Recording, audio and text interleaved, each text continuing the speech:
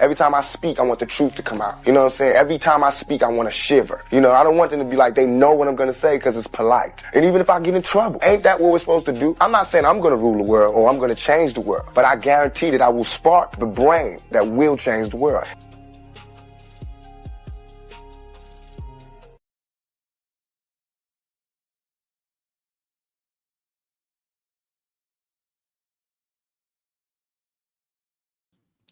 Ah, there we go. Now I'm on the stage. Oh, it's great to be back. It's great to be here. Life is good. Concert went well. The Kanye concert was pretty good. Like, for those of you that don't know, I'm over there. I do the concert streams on TikTok. So last night we had Kanye West. Yeah, let's get this going. It's good to see you, GBR. It's always good to see people over here when the stream starts live. I see Tunnel Runner came in with a couple of comments. So I'm going to go into a little bit of setting the stage floor real quick before we get into too much. Oh, there goes Auston already. Is he here? Let me try. See, he might be working on his connection or whatnot. Ah, there you go. Hey, you're looking sharp too with the suit and everything. Thank you. Thank you. Yeah. I was logging in. Thank you very much again, so I could stream it to my audience. Make sure you get you some more viewers. All right, good deal, good deal. Let me give a little bit of an intro into here, and then we can get into some stuff after that. So first things first, let me go ahead and display, well, convey the topic. What we're talking about here is basically in general is, can Black Americans build in Africa without getting played? And hopefully the answer is yes, but we're going to kind of, it's going to be a good one. Yeah. So let me give a little bit of background here. And first off and foremost, good morning and welcome to you, Auston. I want to welcome everybody to Black Men on Code. This one here is a Black Men on Code episode. So today what we're doing here is we're dealing with what sits beneath travel videos, what goes beyond just the passport conversations and the slogans about returning home. The question is, can Black Americans actually build businesses, marriages, and families in Africa without getting played? And underneath that question is an even more emotional one. Are we ready and are we willing to be family? Not just symbolically, not just rhetorically, not just because someone uses the word diaspora. I mean, in a practical sense, can we actually create relationships built on reciprocity and reciprocal interest, enforced protections, and long-term cooperation? That's what we're testing today. And before we get into a lot of that, I want to explain what is meant by Black Manosphere and what we're trying to accomplish with Black Men on Code. The Black Manosphere, or more broadly, Black male media in the broad sense, is a collection of men who come together and share notes. We don't all have the same experiences and we don't have the same beliefs or areas of expertise. But the value of the network is that difference. It's different men having different learned parts of reality. And then we convert that into lessons that are actionable information. If you want to know about how to go from 0 to a middle or high income earning, we have an expert for that. If you want to know how to preserve and grow your assets after you earn that income, we have somebody for that. If you want to know how to position your children for admission to highly selective universities, there's an expert for that. And if you want to know how to apply the laws of observable reality to social systems, then yes, we have an expert for that too. But today's expert is Auston Holleman. Auston is a Black man who's traveled and shared his notes. He's developed international relationships, built networks, and learned how to navigate opportunities on the ground, particularly in Kenya. Someone might say he hasn't lived in one particular country for 5 years or more, but living in one country for 5 years gives you depth about that country. Austin's advantage is different. His advantage is comparative broad scope. He's experienced enough places to identify patterns across countries, how people treat you, where opportunities exist, how relationships are formed, what risks repeat themselves, and what that difference actually matters. We're not asking him to Correct. pretend. Yep. Yeah, you have a lot of actual background, a lot of information available for people that people don't necessarily know. So we're going to get into some of that too. We're not asking him to pretend that every African country is the same or that travel makes someone all knowing. We're asking him to do exactly what Black men on code are supposed to do: travel, observe, compare, return, and share those notes. So, without further ado, welcome back to Inspire Truth Broadcast, Auston Holleman. And before we get into the debate, tell everybody where you've traveled recently and what kind of relationship building you've done in Kenya. So for y'all that don't know me, I'm Auston Holleman. I've been to, I believe, 33 countries. Recently, I have traveled back from Kenya, back to Malaysia, where I'm at now. I went back to Thailand, came back to Malaysia, and I can say that Malaysia is a good offset whenever you are needing a break from Africa. For a lot of people that have lived in Africa or visited Africa for extended periods of time, I'm not talking about the people that go to Africa for a month at a time, because that's usually not enough to see. You're not doing enough in a month to really experience the pros and cons of living in a place like Kenya or living in a place like Tanzania or even Namibia. By the way, in the southern region of Africa is going to have the least amount of cons, but I mean, I still prefer East Africa more, but I love both sides as well. What was the other part of the question you asked me? So it was about like the business and networks that you've gotten into as well. So a lot of people, especially Americans, but people all over the world, and you can learn this by doing immigration or going through immigration. For example, when I took Z with me, she's from Namibia, which is not a terrorist-ridden, war-torn, or even country in Africa. It's one of the more well-off countries in Africa and a lot more stable politically. And going through places like Thailand and Vietnam, we couldn't even get into Vietnam without having to pay $250 for a visa, because they had a reputation of crime and overstaying visas and everything else that you've heard a lot of right-wing commentators complain about with Somalians and Sudanese and all people complain about, but on Africans there. And so being in Africa, those stereotypes are very real. They're real throughout the world. I mean, unlike in the United States, if you sell somebody land or a home that's actually for sale, those people can be sued and they can end up in prison. And plus, throughout Africa, I mean, there's literally no accountability.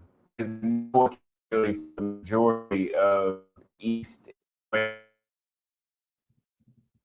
many parts of Africa, but I was East and West since I have more experience with those. So going to a place like Kenya, it's not so bad with scams. things work a lot more as they should compared to other countries. But you still have you seen a bit? You kind of like Borgen, like pretty bad. It's chopping in and out. I don't even know if you can hear me. This I think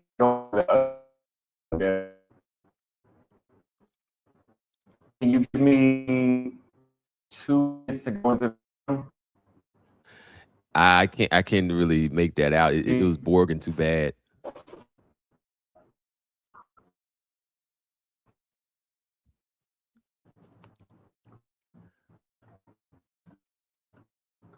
Maybe it might have to kind of like dip out and then dip back in real quick.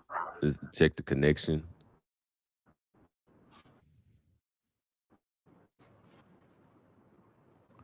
All right. So while we wait in on that, I want to kind of like circle back in on why to travel. Like there's actual reasons for this.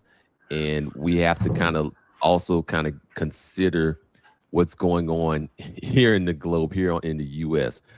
A lot of times people want to say that we have to worry about how dangerous it is outside of the US, but people don't take into account how dangerous it is already here, like right here, right now. So let me play a quick clip real quick and just kind of set a little bit of the ground floor there. And maybe we'll circle back in on some of these clips a little bit later. But here's one of them. Scary here. Tonight, the man accused in this scheme is still here in jail. The police say the man he targeted thought he was just going on a date. Through the pouring rain, the yellow tape outside this Orange Mound liquor store off Park Avenue is the evidence left behind of a violent night.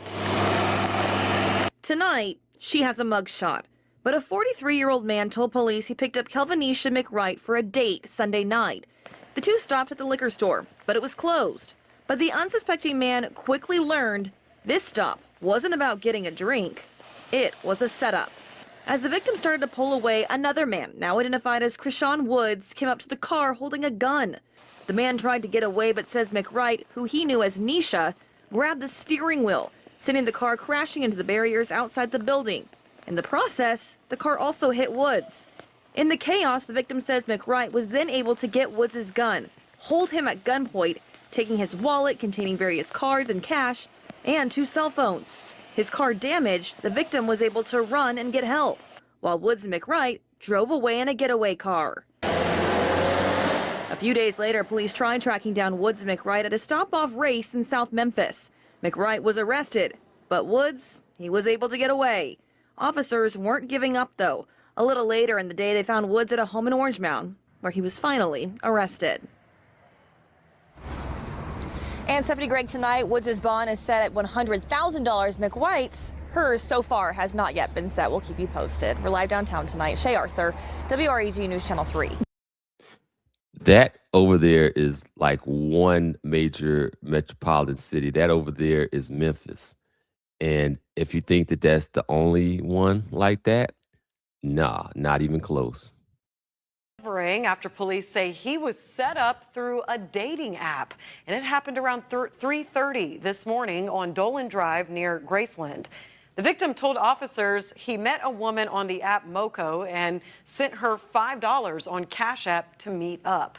She showed up in a light-colored Chevy truck, and when he got in, a man in the back seat attacked him. He says he managed to escape, but the woman started shooting as he ran. Then the man chased him, fired 2 more shots, and hit him. They fought before the suspects drove off. Police are still looking into it. Just a typical Tuesday. Yeah. Yeah, man. Like, Landon, like, y'all know, like, it gets kind of real over there in Memphis. Like, and there's some videos, and I'll get to some of those later maybe, where you're going to get to see that there's people, like, when they actually record this stuff, the ladies actually like recording the setup, and they're laughing and they're smiling and they're just in glee and rapture of this dude getting robbed that they just set up. Like it's dirty out here, and it's funny that we can still manage to kind of like point the finger and say, oh, it's so dangerous out there in the rest of the world, while we still have this stuff going on back here in our own backyard. How's it going now? Is it coming in pretty good? Yeah, is it better now? Yeah, I can hear you loud and clear, and also like your image is sharper. Yeah, the other room, there must be a wall that this internet is significantly better in here. I hate that y'all didn't get to hear the whole first thing, because I thought I did a good job answering the question. Yeah, we had kind of left off on like the business side of things and networks and, you know, and that kind of part of it. But it was kind of like cutting out. But we did catch a lot about like the recent travel that you did. Yeah. So for those of y'all that don't know me, I'm Auston Holleman. I have traveled to about 33 countries, I believe.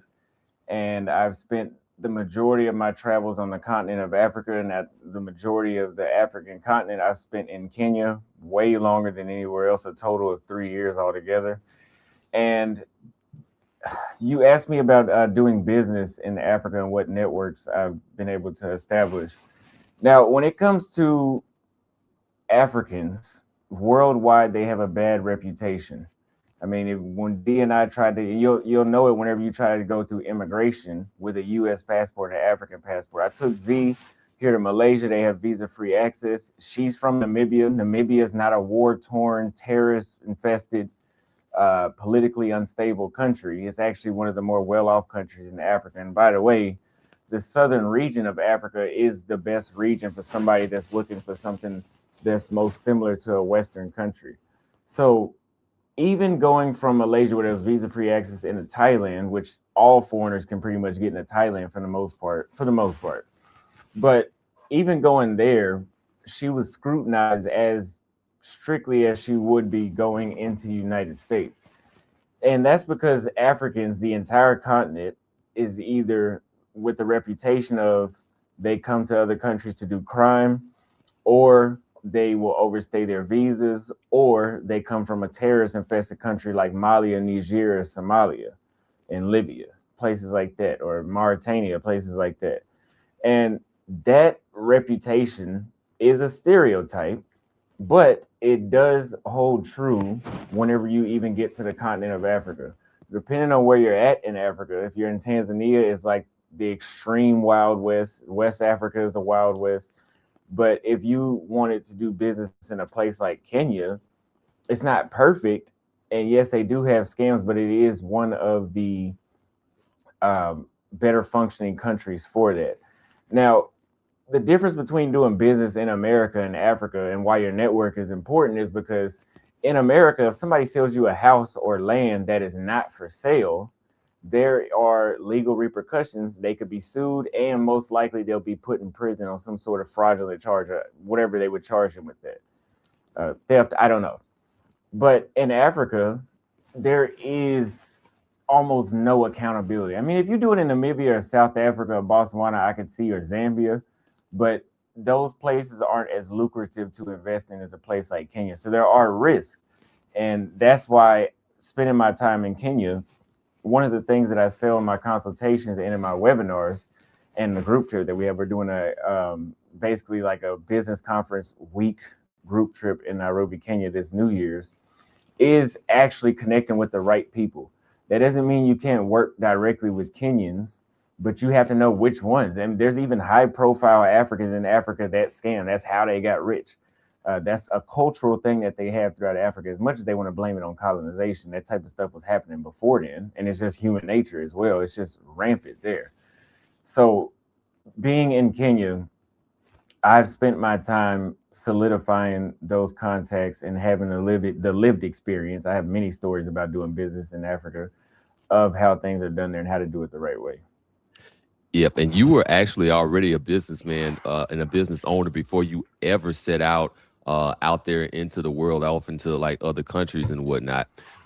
And I was wondering, what did that global perspective do to shift your viewpoint of the world and business and life and everything in general. Because I imagine that some of the travel and getting, because we get heavily into this ethnocentrism here in a way, or like just really heavy nationalism in a way, and we don't necessarily think that there's we don't necessarily get the global perspective while we're here in the US. Yeah, a lot of Americans are only aware of American history, American politics. Americans live in a bubble. If you guys really wanted to make, I mean, I'm not saying you can't make money in America, because I did and I still do technically. America is one of the easiest places to get rich in the world. But if you were looking for something that'll have a bigger impact and there's more opportunities, I always call Africa a blank canvas. That does not mean that there's nothing there, because I said that recently and somebody had the perspective that I was saying that nothing was there. If nothing was there, I wouldn't be Everybody there. gets offended easily. Like it's just like the Yeah. thing now.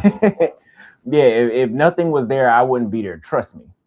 Obviously, there's internet and running water there and electricity. That's why I live in Africa majority of the year. But when I say that, I'm saying there is no AAA. There's no version of AAA, and if it is, it's not that big in Africa. If somebody to where you're at in Africa, let's just stay on Kenya. If you're in Kenya, the AAA is just a guy on a motorcycle pulling up with tools in his backpack that's going to fix you on the side of the road. We all know that a lot of Africans throughout the entire continent, but in Kenya, have trouble having access to running water or electricity. Those are business opportunities. I also brought up condoms. Condoms, if you go to CVS or Walgreens, there is an entire section just for that. You have hot and the fire and ice by Trojan, you have ultra thin, you have the regular, you have all these different kinds. But in Africa, the condoms that they have there are essentially a grocery set. Not literally, I have to say that because some people don't think I'm being literal. I'm just saying the comfort of them, and that's another business opportunity. Some people will say, "Oh, well, it's the condoms there are too expensive for the locals." No, the condoms that they have in Africa are about the same price as they cost in the United States for a Trojan. When I was there, I was importing them. That's how bad the ones are that they have there, and that's probably contributing to why they have higher HIV rates than the United States. Now, I'm not saying they have a 60% HIV rate. I don't know any country that has one. But if you have products that don't allow you to perform, then you probably aren't going to use them. So Yeah, that's another opportunity. That was one of the things I think maybe I might have missed in one of our previous discussions is mind blowing the opportunities there are available in the import export business. Just a lot of basic things that we are just neglectful to over here in the States is actually a earth-shaking thing over there. You can actually monetize this, like, because we just go to the store and it's like, okay, I can get rib, I can get Magnum, I can get Magnum XL, I can get Magnum XL that's also ribbed, I can get the thin, I can get the bear skin. Like, there's so many options, and then we go somewhere else and it's like one size fits all. That ain't gonna work. That is not gonna work. One size fits all, and it's as thick as a grocery set. So you probably end up taking it off anyway. Gosh darn. All right, let me get back into some more of the items here. What's one of the things that, well, not one of the things, like, in your opinion, if you had to kind of go and point out the stuff that we get wrong, us Black Americans that that haven't traveled to Africa, what's the thing that we get wrong that you would really want to highlight and really want to bring home to us? Well, a lot of people have the perception that Africans don't like Black Americans, which is one of the furthest things from the truth. After going to 5 continents except for Australia and Antarctica, I can tell you that the most comfort I've felt in the world is in Africa, second in a place like Malaysia. But I mean, if you want to be around Black people, I mean, and Malaysia is not as blank as Africa. Thailand already has a lot of competition if you want to bring business there. So anyway, I'm getting off track. The people that you see, the Africans that you see talking bad about Black Americans, usually are somewhere in the UK, or they're somewhere in North America, Canada, United States. But when you get to places like Kenya and Tanzania, it's a completely different feeling. Maybe in West Africa, I didn't experience it too much when I was there, or really at all from what I can remember. But I could see that being more so of a West African thing, where they call us names saying that we're the lost tribe or something silly like that.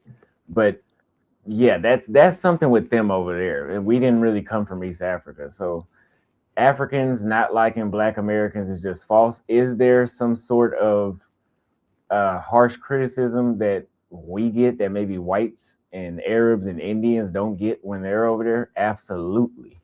But it's not to the point. If I felt like I was living somewhere where somebody hated me, I wouldn't be there. Yeah, this is the thing that kind of like skips to one of the things that really bothers and like irritates me to a certain extent is this whole. I mean, you probably kind of like seen kind of like the diaspora wars like over here, like online, where it's like, okay, non Black Americans are out there kind of like disparaging us. We're disparaging them. We need to delineate because they're disparaging. And then it just kind of becomes like this whole big unproductive thing where we don't work together and we're already a marginalized minority.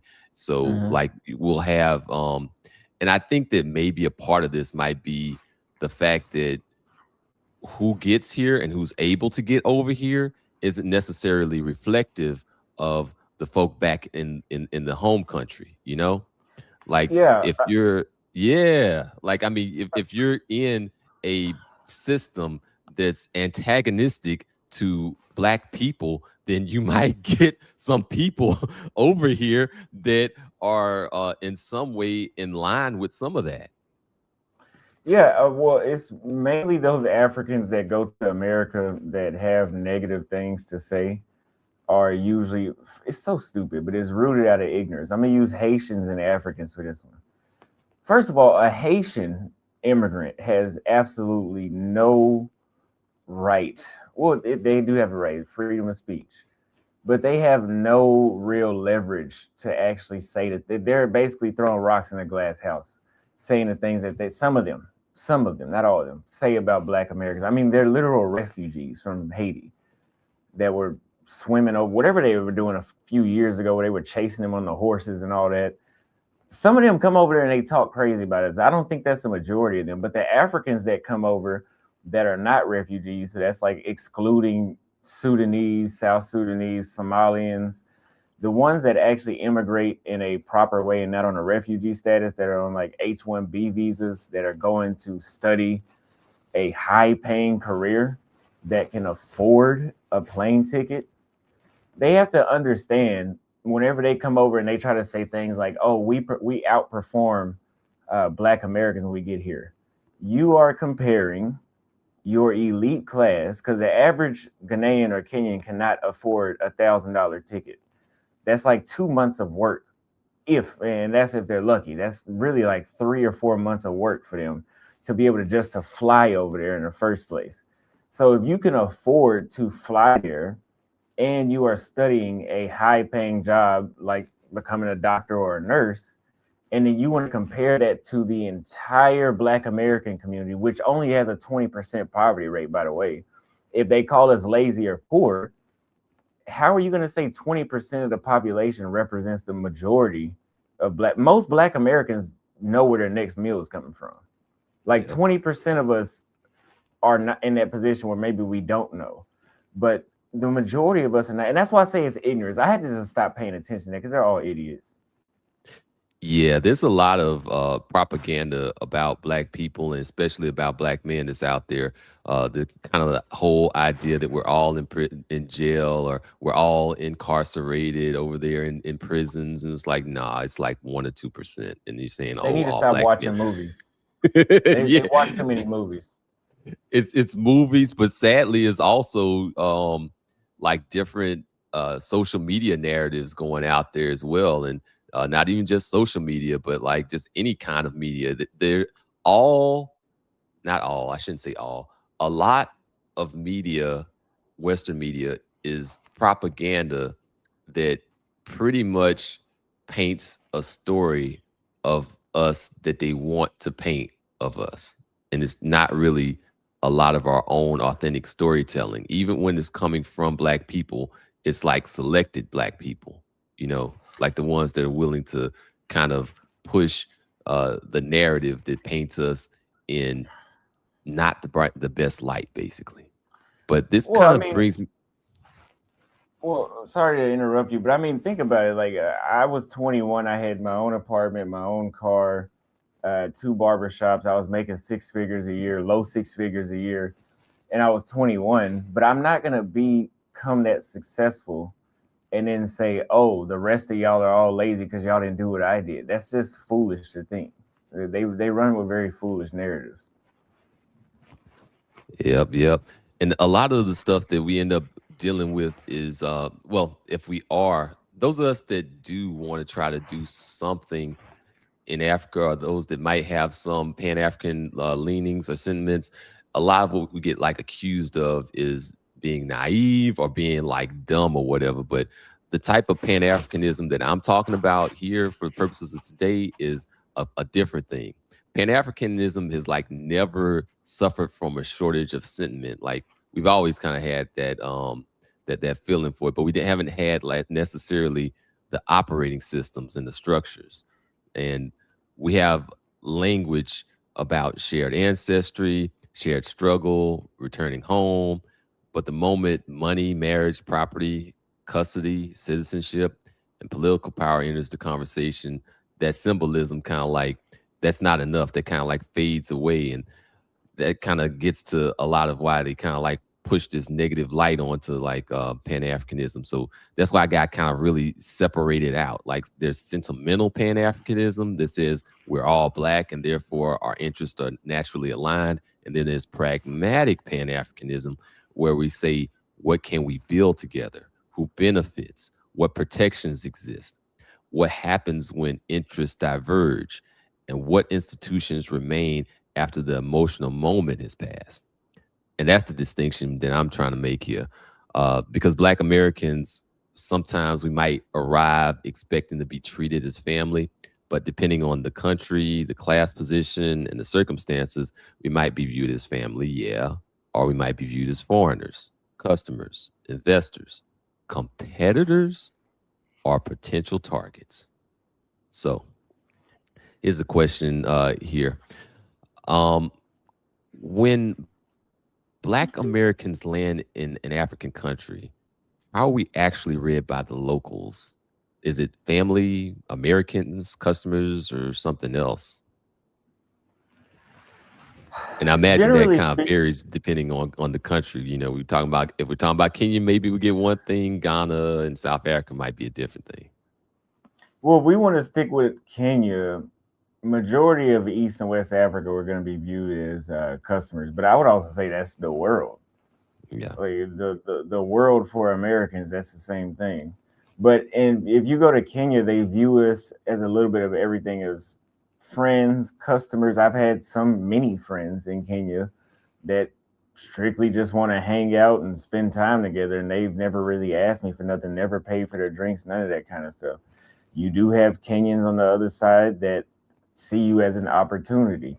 It could be a negative aspect of that, and it could be a positive. You have some that understand me promoting their business in an affiliate type of way, and you have some people that want free handouts. There's been times that I've had hotels reach out to me that say, "Hey, we see you got a big following. Come throw a party at our hotel." I'm throwing a party at 2 or 3 hotels in Kenya, and they didn't want to give me any commission off the food or drinks. They had to go back and talk to their manager about us charging at the door.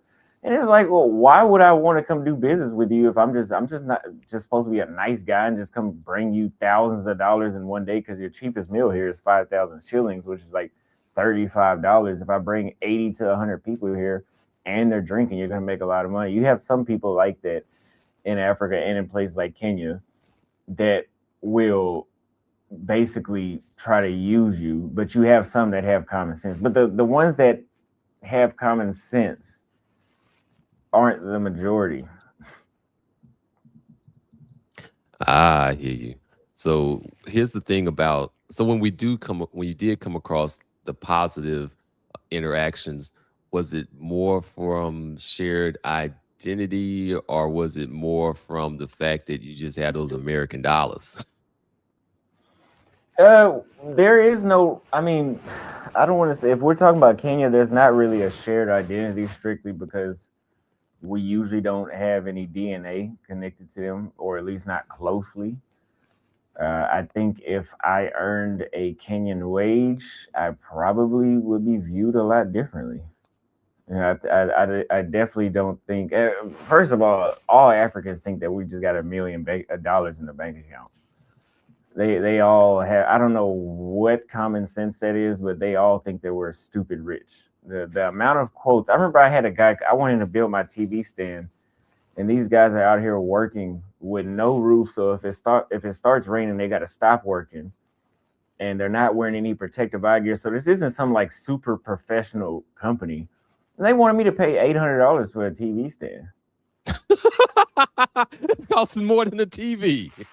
Yeah, it costs more than a TV, literally.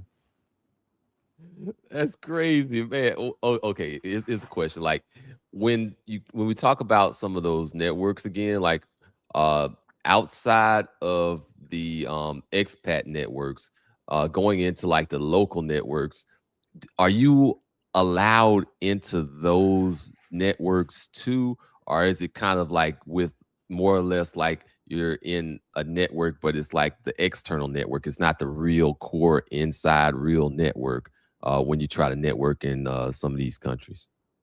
You're talking about when you're networking with other expats. Oh no, not with other expats, with the locals. In terms of like whether it's different business connections or whether it's just more of the social ladder perspective. Like do you get? I know you kind of get into a little bit of networking with the locals, for sure. Yeah. Right? I mean, the thing is, whenever you're doing business in Africa, and this is a cultural thing all across the continent, or at least East and West, everybody is a professional at everything. Everybody, if you need immigration work done, somehow any single person you talk to knows somebody in the government or their cousin works in the government. If you need real estate, somebody does that. There's people that just seem to know everybody. There are people that know everybody. I mean, I have one of my assistants does know everybody, and I go through him for a lot of stuff. But if you don't have someone that is a local that you know that themselves is not affiliated with the government or somebody that has a major business there, then you are putting yourself up for real failure. And just because you work with government employees doesn't mean you can't get scammed either. Like, it's very, very risky. It's a high risk, high reward there. Understandable. Definitely understandable. Whenever Black men talk about traveling, doing business abroad, or looking for a wife elsewhere, somebody immediately says the rest of the world is dangerous. But danger is not just something that occurs outside in these other places. We very much have some real danger right here. And sometimes like that most dangerous environment might be the one that you actually call home. So let me go ahead and play a few clips of what I'm actually talking about, and they would kind of get into some commentary on the other side of this. I actually kind of played some of these already, but I'm going to go ahead and go back over this again. Scary here. Tonight, the man accused in this scheme is still here in jail. The police say the man he targeted thought he was just going on a date.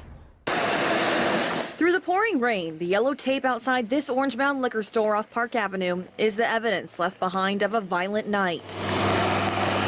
Tonight, she has a mugshot, but a 43-year-old man told police he picked up Kelvinisha McWright for a date Sunday night. The two stopped at the liquor store, but it was closed. But the unsuspecting man quickly learned this stop wasn't about getting a drink. It was a setup.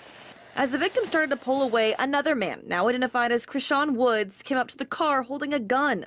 The man tried to get away, but says McWright, who he knew as Nisha, grabbed the steering wheel, sending the car crashing into the barriers outside the building.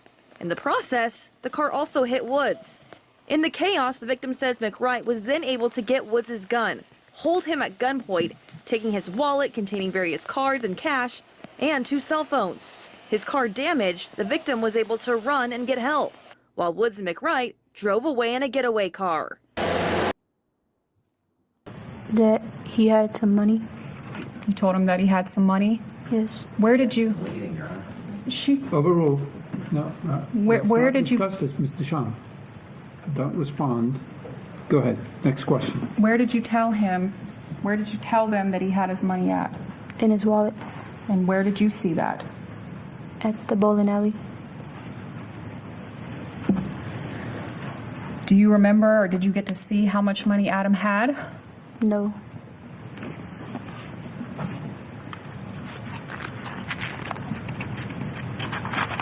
Now, why were they interested in knowing what Adam had in his apartment? Objection, Your Honor, calls for speculation. Did they tell you why they wanted to know that? Because they needed money. Yeah, that one ended up in like actual deletion. Like, yes, they set him up, took him out. And that ain't that uncommon. Some are calling it a made-for-TV crime that landed 4 people, these 4 people, behind bars. It happened after police say a man was invited to the home of a woman that he was talking to through a dating app website. WRG's Jarita Patterson has the disturbing details of an alleged dating app kidnapping. Things are quiet now inside the reserve at Dexter Lake Apartments. But Monday, a man went to this unit when things turned terrifying. That sounds like some TV stuff. Yeah, it sounds like Netflix. It was an alleged robbery plot that sounds like it was made for TV, but this was all too real. This all started when the victim says he met a woman online through a dating app, essentially throwing caution to the wind. Deciding to meet at this apartment complex, the victim, who thought he was getting a shot at love, would find himself being shot at several times. I'm not surprised because things happen all the time, especially around here. Not wanting to go on camera, this neighbor was still shocked. That's crazy. Hearing police were investigating an alleged dating app kidnapping involving one of his neighbors. Jasmine S. Williams is accused of being the face of this elaborate crime. Detectives say Williams, while online, invited the victim over. He was ambushed, he describes, after going inside her unit. 3 more people, identified as another woman also named Jasmine Williams, Nadia Townsend, and Trevor Keys, were lying in wait. The victim says he was robbed, pistol whipped, and held hostage while the 4 accused, quote, started arguing over what to do with him. He says he was put inside the trunk of a car before being moved to the back seat and driven away.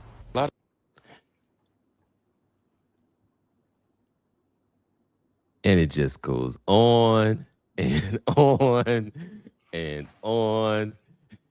And this, look, a lot of this stuff is just Memphis alone, and I'm not even done yet. I'm not even capping. It's a lot of stuff, like a lot of stuff. Let me go ahead and get to this one. Hopefully this is the one that I was looking for with the ladies actually outside. Let me see. Nope, that's not the one. Let me try this one. Instead, let me go for this one.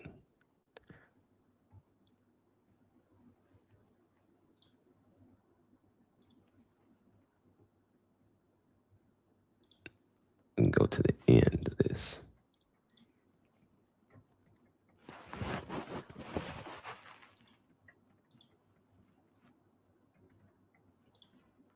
Meetup ends with a robbery in East Memphis. Police say these 2 twin sisters are at the center of the alleged plot.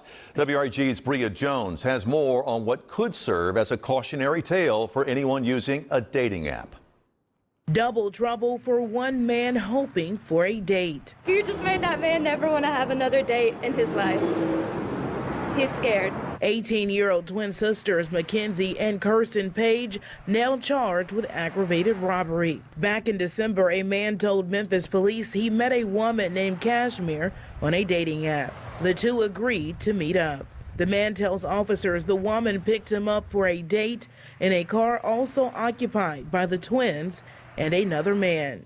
I think it's unsafe to meet somebody on a dating app because people are crazy nowadays. Instead of going to Cordova as planned, the victim told police he noticed the car going in a different direction and the suspects asking questions to distract him. That's when he says the car stopped in the area of Charleswood and North Perkins, and a man wearing a ski mask put a gun on him. I honestly think that that's freaking crazy. That's wild. The victim says the suspect pointed the gun at his stomach and demanded his money, stealing his phone and wallet containing $20. Video shows two men robbed at gunpoint at a hotel in northeast Memphis. Police tell us this happened just after 9 Saturday night. And tonight, police are still searching for the three men involved. Fox 13 Sierra Jordan breaks down the armed robbery. She has the latest information. Two young men came here to Hotel Elite for a party, but that party turned into a robbery after they were held at gunpoint, and it was all caught on camera. I couldn't even imagine nothing like that. That's why I don't go to hotels, babe. I got my house. Take a look at the security video. Police say three women invited two men into a room for a party at Hotel Elite on Summer Avenue. You see the group walking inside the hotel room. Then three armed men come in and police say threatened to kill other men. Seconds later, one of the women starts recording. Look at the smile on her face. She's just so overjoyed and proud of herself. The men getting robbed. People, they should not, use guns. iPhones, Apple Watches, and shoes were stolen from both victims. You can't walk around being safe. Like, you have to have a gun. And if they see you without it, they look at you like a target. We went to the hotel's management office for answers on their security policy. We spoke to the manager on the phone. I was off. It was on Saturday. You would have to speak with my boss about that, not me. We spoke to a woman staying at the hotel about her concerns with security. She did not want to be on camera to protect her identity. They have security here at night, though, but that's the thing. I don't like half the time they're here, half the time they're not. And this gate right there is broken. It's trash. We reached out to Memphis police for an update on the robbery. They say they have no suspects in custody, but the investigation continues. How in the world do you have no people? You don't have the. Oh wait, did it disappear? Oh, there you go. Like, how in the world do you have like no suspects arrested, but you got the video, and then they're videoing it like they're doing a recording of the freaking robbery, which is like the dumbest thing to do as a criminal. Yeah. But this whole thing about like, oh, don't go over to Colombia, you're gonna get scoped. Oh, don't go over here to any of these other places outside the U.S. You're gonna get taken advantage of. What about the danger? It's so dangerous. It's like, it's dangerous here. It's dangerous right here, right now. Yeah, no, it's definitely dangerous in America for sure. I mean, if you think about places like Chicago, New Orleans, LA, I mean, we have literal people standing in the subway with machetes in New York. Yeah. People on drugs going crazy. It's there. I mean, really, there's only a few places I've been to in the world where I feel like completely safe. That's places like Kenya, Malaysia, Uruguay, Paraguay. But for the most part, man, the majority of the world is not safe. So I don't even know why people are still running narratives like that. Yeah, I mean, on top of that, I think that there's a and then it's like, so there's familiarity. Like, familiarity and safety are two different things. Just because you're familiar with the thing doesn't make it safe, But people, they've just been doing the same thing over and over again.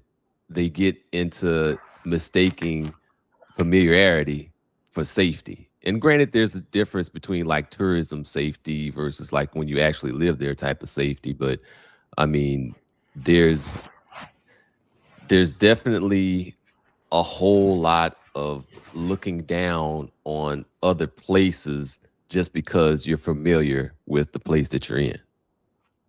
Hey, Yeah, I what's think good, Passport OG? It's good to see you in the chat. I think it goes. It goes in a into minute. that. It's just the unknown. It's the same danger, but since people don't know how to avoid it and they're out of bounds, they tend to blow it out of proportion. Absolutely, absolutely. Let me go ahead and drop this link specifically for Passport OG if he wants to come up and look at some and chime in on some of this. So this one here is particularly for the OG. All right, let me get back into some more stuff that we got here. Another thing that kind of comes to mind here is what we deal with in terms of our experience here in the United States. Like we have this idea for some reason that not us as in like just, us like men, but like the society as a whole has this idea of treating us as if we're supposed to be like a polite punching bag or something, like it reminds me of when I was sitting and watching a fish that had like a little small wound on it, right? I watched this fish get like a little bit of nibble on it by like this turtle. I was like, oh, well, maybe the turtle is helping. Maybe it's just like getting rid of the dead tissue or something. So just a little nibble here. The fish didn't respond. A little nibble there. The fish didn't respond. A little nibble here. The fish didn't respond. And then eventually, after those little nibbles, the turtle just kind of like goes and puts his whole face and grabs everything that he can out of it and just gets all digging into it. And then the fish is rolling his eyes in the back of the head. But aside from that, the fish didn't respond. And that's when I kind of got into this idea and started realizing that I have no interest in being eaten alive. I don't really want to do all of that being polite for all of these transgressions and just politely getting eaten alive while still alive, while not actually responding to it.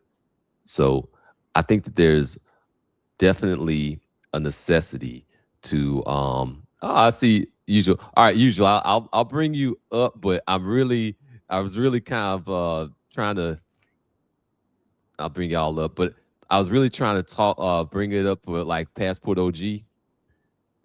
So I'll let y'all kind of chime in a bit because I still have some more questions to get to. All right, let me go ahead and get back to what I was doing. So when people were looking like at this Austin Metcalf, Carmelo Anthony thing, they keep going back to like these text messages, or they'll kind of like focus in on the text message thing, but they don't actually look too much at the actual man himself. They don't look at Austin Metcalf. Like they're taking texts about, hey, I'm talking S about this, that, and the other, and then turning that into like an actual confession. Meanwhile, we have like actual like criminal record for this other guy, and the stuff that he was doing was completely wilding out. Let's play some of that. Getting an open and fair trial. But bombshell testimony came this afternoon from Anthony's trial attorney, Mike Howard, about Austin Metcalf's background report that was never presented to the jury. CBS News Texas has also learned new details about Austin Metcalf's background. Metcalf and his brother Hunter were once caught spray painting graffiti, including KKK Kill All Blacks and Heil Hitler, along with the N-word, and were sentenced to 12 months of juvenile probation. Records reveal they reportedly told authorities, "We did some dumb stuff. We did some vandalism." There are several documented instances of Austin using racial slurs in school, and in 2023, Austin was accused of bullying a black student in class. In 2018, while still in elementary school, Austin and his brother were accused of bullying and assaulting a female, which led to his arrest. During an argument in 2024 with another female student, Austin allegedly knocked her to the ground and punched her in the stomach.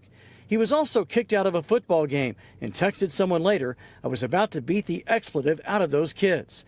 At a previous track meet, when another student alerted Austin that someone not on their team, quote, "behind our bench was talking wild," Austin reportedly replied, "Kill that MF."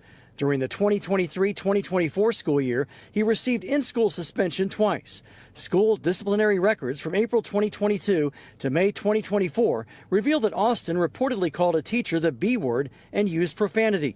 He told a school official that he couldn't control it and wasn't aware that it was coming out of his mouth. In 2024, on at least 5 occasions, Auston saw a counselor regarding his anger and rage during a football game. In 2021, he got banned from attending basketball games for a season after yelling profanity at a player. Metcalf also got suspended after he and Anthony. That's a long ass freaking record. And that's not even like all of it. Like, this dude was like messing with like multiple people and like had like video of it. Extrinsic evidence that they came out with Hunter and Auston and everything they found out, like the racist graffiti arrest they got arrested for and did 12 months probation. Also, they had a N-word in a lot of stuff, text messages.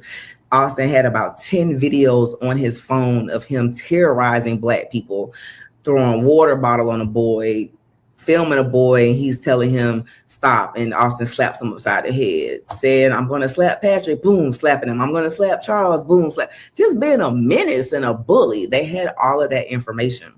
And yesterday, when Mike Howard was on the stand, they actually went through like 40-something different acts about Hunter and Auston.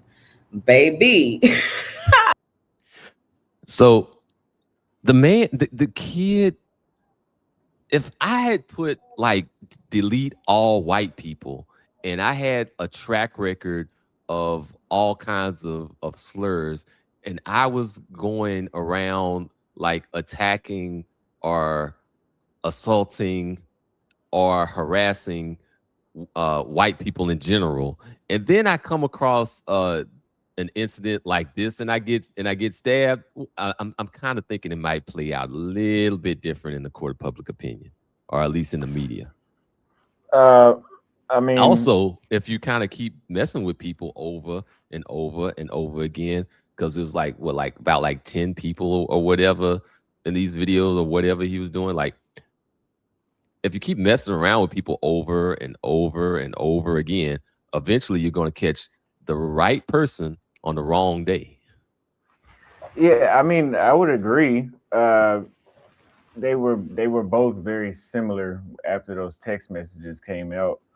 But I mean, the argument is still going to be that doesn't mean that you go and kill the person. Especially, there was no proof that, I mean, were there any text messages where he threatened Carmelo? There's no text messages where Carmelo's threatening Auston. There's there's messages of both of them making like problematic or what would be considered like problematic messages or whatever. Well, but it's like it doesn't really matter if we're going to be doing like, you know, because we're not doing like messages versus messages. What we have is messages versus actual criminal juvenile record and actual school record.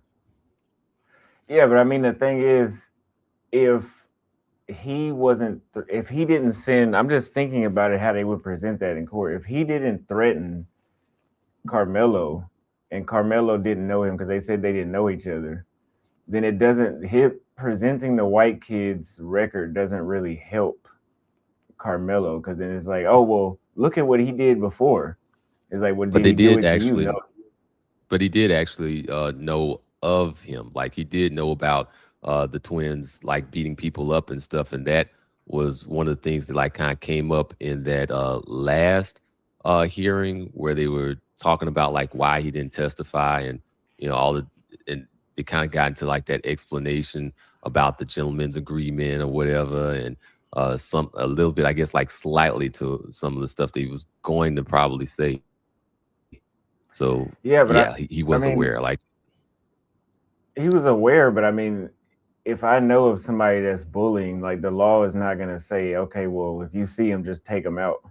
Like, they could still call that murder, because then they could just say, well, why didn't you just stay away from him, or why didn't you call the police?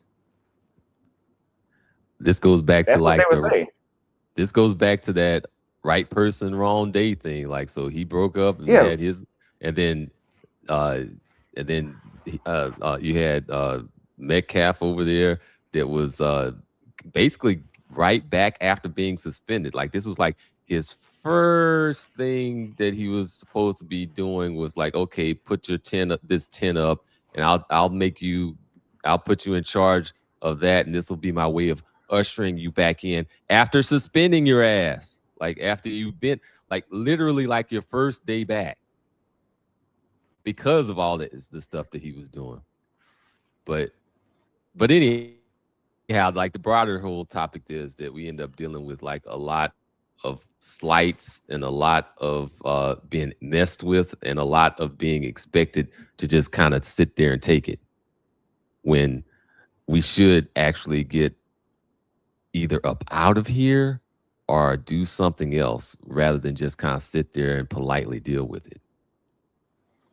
Yeah, I mean, I look at some of the things that go on back in the States, like with the lynching, which I figured out recently. A lot of people didn't know what lynching was. Some people that try to debate me about Black history learned what lynching was with me, which pretty much disqualifies you from talking about Black history. But anyway, when I look at those things, and I haven't been lynched, but I'm saying I've been in certain towns at night, in areas where it seems like that would happen, not sundown towns, but just driving from Austin back to Dallas, if you know what I mean. You can feel certain types of things. I don't think I could ever like go back to dealing with running the risk of running into the wrong cop or being at the wrong place, wrong time, those racial related issues. But yeah. Yeah, I mean, there's definitely like some places where you don't want to be caught by yourself at night in those places. You don't, and it's like you have to even worry about like even like the cops too. Like, I mean, you might think that, oh, okay, law enforcement, okay, that's fine and whatnot. I should be safe when there's law enforcement there, but you have to even kind of like worry about the cops too, like what they might be on. And there's this kind of a genuine idea here that I say that's permeated, and this is, I guess, maybe like my opinion, and I have to like back it up more, where there's basically the idea that there's vigilante deputization of any random white person against you. Like that's kind of like where it is. It's like just a rando, and it's like, okay, he's there, he's white, so it's all right for him to have some kind of authority over you. And that's kind of, it's something that you can't really just totally explain to somebody that's in a different country or from a different country. And it's like trying to explain the color red to somebody that doesn't actually have eyes. But have you done that on occasion, tried to explain this? Like racial issues in the U.S.? Yeah, like more specifically like that, like the whole idea of what it's like driving through or passing through a sundown town. Yeah, I mean, I've explained it to my girl. She never knew what the Klan was, and she didn't know about lynching and Black people being burned alive. But I don't really think about it too much unless if I'm doing my history lessons. That's good. That's good to not have to think about that stuff anymore. Yeah. That's one of the benefits of not being there for sure. Let me go ahead and let me get into like a whole nother topic real quick. I want to kind of like change this on over to this idea of like what you actually deal with. Well, I guess it is kind of like sort of related. It's like what you deal with when you try to raise your Black children in some of these white spaces. You end up with a lot of like clips, and I explain this, where you end up with the girls with kind of like a complex, like from not being like the most desired or whatever. And then you have the dangers that go along with being in a system that's not really about protecting you for real, So you'll end up with stuff that's kind of like the Nolan Wells case. You'll end up with stuff that's kind of like the Irving case, where he's like out there in the going fishing or go swimming and then ends up dead, ends up basically having like his clothes thrown somewhere and his phone thrown somewhere, and then like certain messages deleted, and then later on, like the kid that was with him, he gets arrested for deleting evidence. And it's a whole lot that goes into this idea that if you can just get your money up, then you go and you get into these spaces, and then that's supposed to mean protection. And people still get this wrong idea of protection, because like just because you're there doesn't mean that you're protected. And I kind of got into that in a separate live stream. But what are your thoughts on that? Like that whole idea of get your money up, move to the white suburbs, and then everything's fine and dandy? I mean, you are an outsider. If you move to a white suburb, I just don't imagine. Yeah, I mean, I agree with you. It doesn't mean that you're fine and dandy, especially like in the Nolan Wells case, which I don't really have an opinion about because there's not enough evidence for me to make. I don't like making statements about things that, unlike many people, that don't have a lot of evidence. But that was just a case of, even if you're just hanging around people, you never know who they really are. You never know how much you're being tolerated being there. Yeah, it's like multiple levels to things, because like your presence, you can be there, and being there is just kind of like access to it. But just because like you have access to it isn't the same thing as like really being a real part of it, and you get to see that when the stuff hits the fan, like when things actually goes down, then you get to see, oh, okay, I'm not really in the group like I actually thought that I was. I'm not really protected if there's actual catastrophe or a problem that arises. It becomes more of a like, okay, let's cover this thing up and pretend we never knew him type of thing. Which also kind of segues back into the Carmelo Anthony thing, because he was over there at the tent because of being like invited by a friend. Then later on, that friend is like, oh, I don't know him. I don't really know him like that. And then later on, they had to show all these pictures where it's like, hell yeah, you knew him. You knew him well. And here he is with your relatives and vice versa and all of that. I mean, but again, with his situation, now that they came out with the new evidence, it's kind of hard to defend him. And yeah, but still like still goes back to like my point about this, like actually being inside the actual system or not. Because because like he thought that, okay, this guy that's inviting him, that, okay, we're tight like that. Okay, I'm a part of this. I can be here, blah, blah, blah. And then when actual problem arises, then it's like, okay, I never knew him. You see what I'm saying? Yeah. I would agree. All right. So now we can kind of get into this whole idea of like building families and where to build families. And I think that there's something very important about the Marcus Wiley situation. Marcellus Wiley situation. I'm butchering the man's name. Marcellus Wiley, if you didn't know, he's basically he's a former football star. And so he ended up having an issue with his soon-to-be ex-wife. The ex-wife ended up basically calling the cops on him, claiming assault. They pressed no charges. They had no evidence. So they basically, just let him go and let that whole entire thing go with no charges. But let me go ahead and play it. Yes, but at the same time, life also comes at you slow. You just don't know which way to go. So I'm sitting here right now in front of an arrest affidavit and currently back home in Los Angeles, but not back in my home with my itty bitties. That's just the reality. Everyone knows that.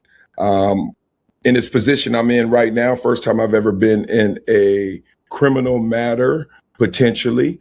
I was arrested. I was not charged. So just to let everybody know, I've been trying to keep up with as much stuff and information that's out there.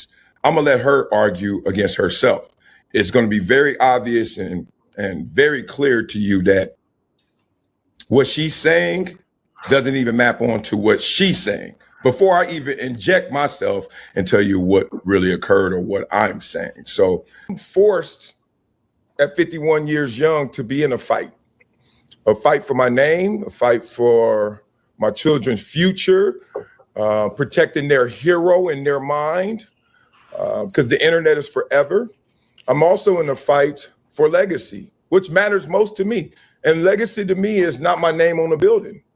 It's that voice inside my kid's head, inside of all four of my kids' heads. The thing that really disturbs me about all that I have to endure and go through right now, how baseless this is, how false this is.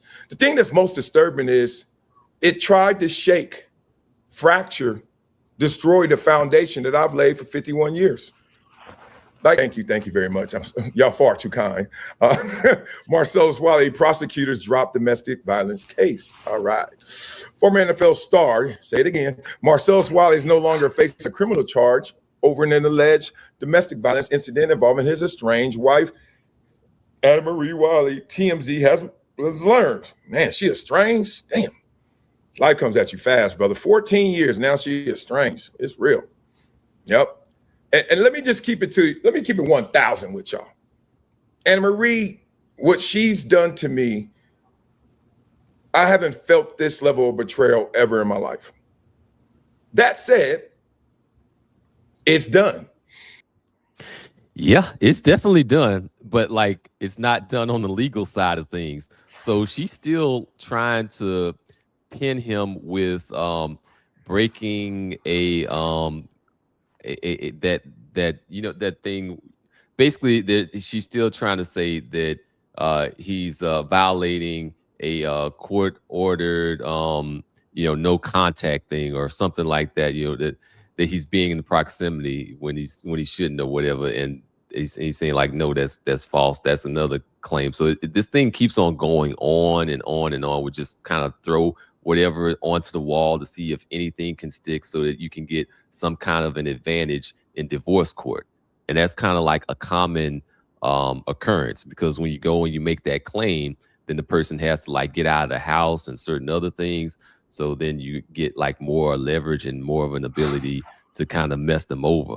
And on top of that, like on this, in his particular case, they're trying to get him to pay for her court fees, like for her lawyer, for her attorney, while at the same time trying to make like false accusations against him to get him arrested at the same time.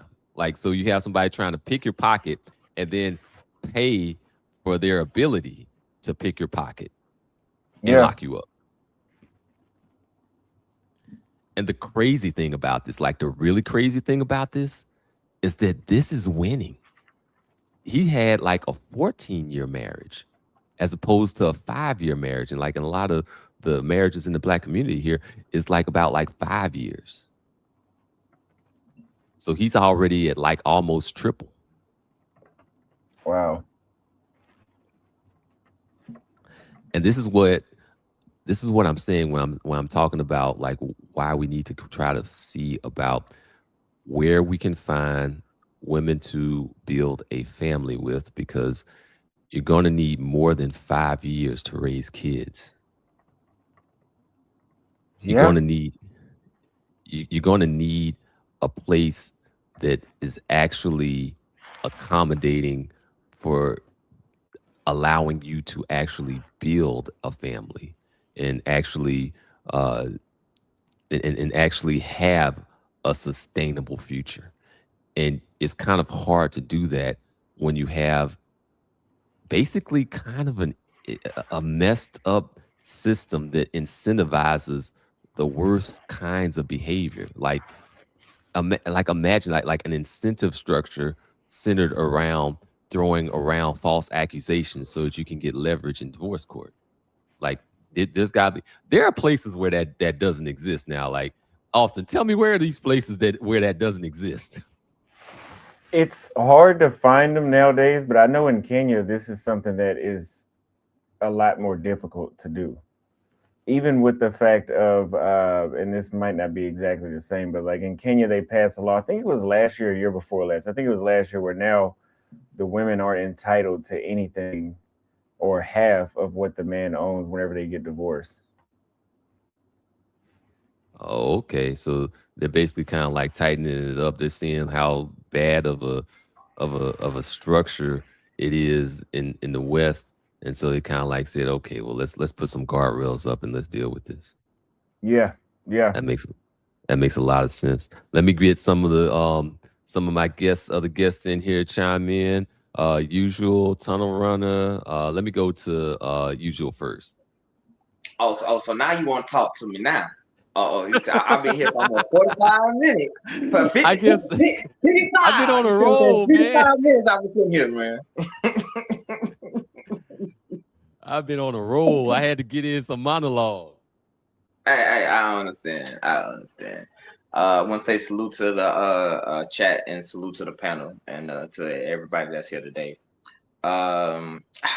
I've been listening in and on, but y'all didn't jump from conversation to conversation. So what topic do we really want to start with originally? Yeah, we want to go back to that original question about if we can build over there in Africa, or if we're just going to be putting ourselves in a position where we get played. For me personally, I keep telling people, if Black Americans are to survive the next 100 years or 200 years, you're going to need a cultural enclaves around the world where you can actually go to and establish yourself and actually do business.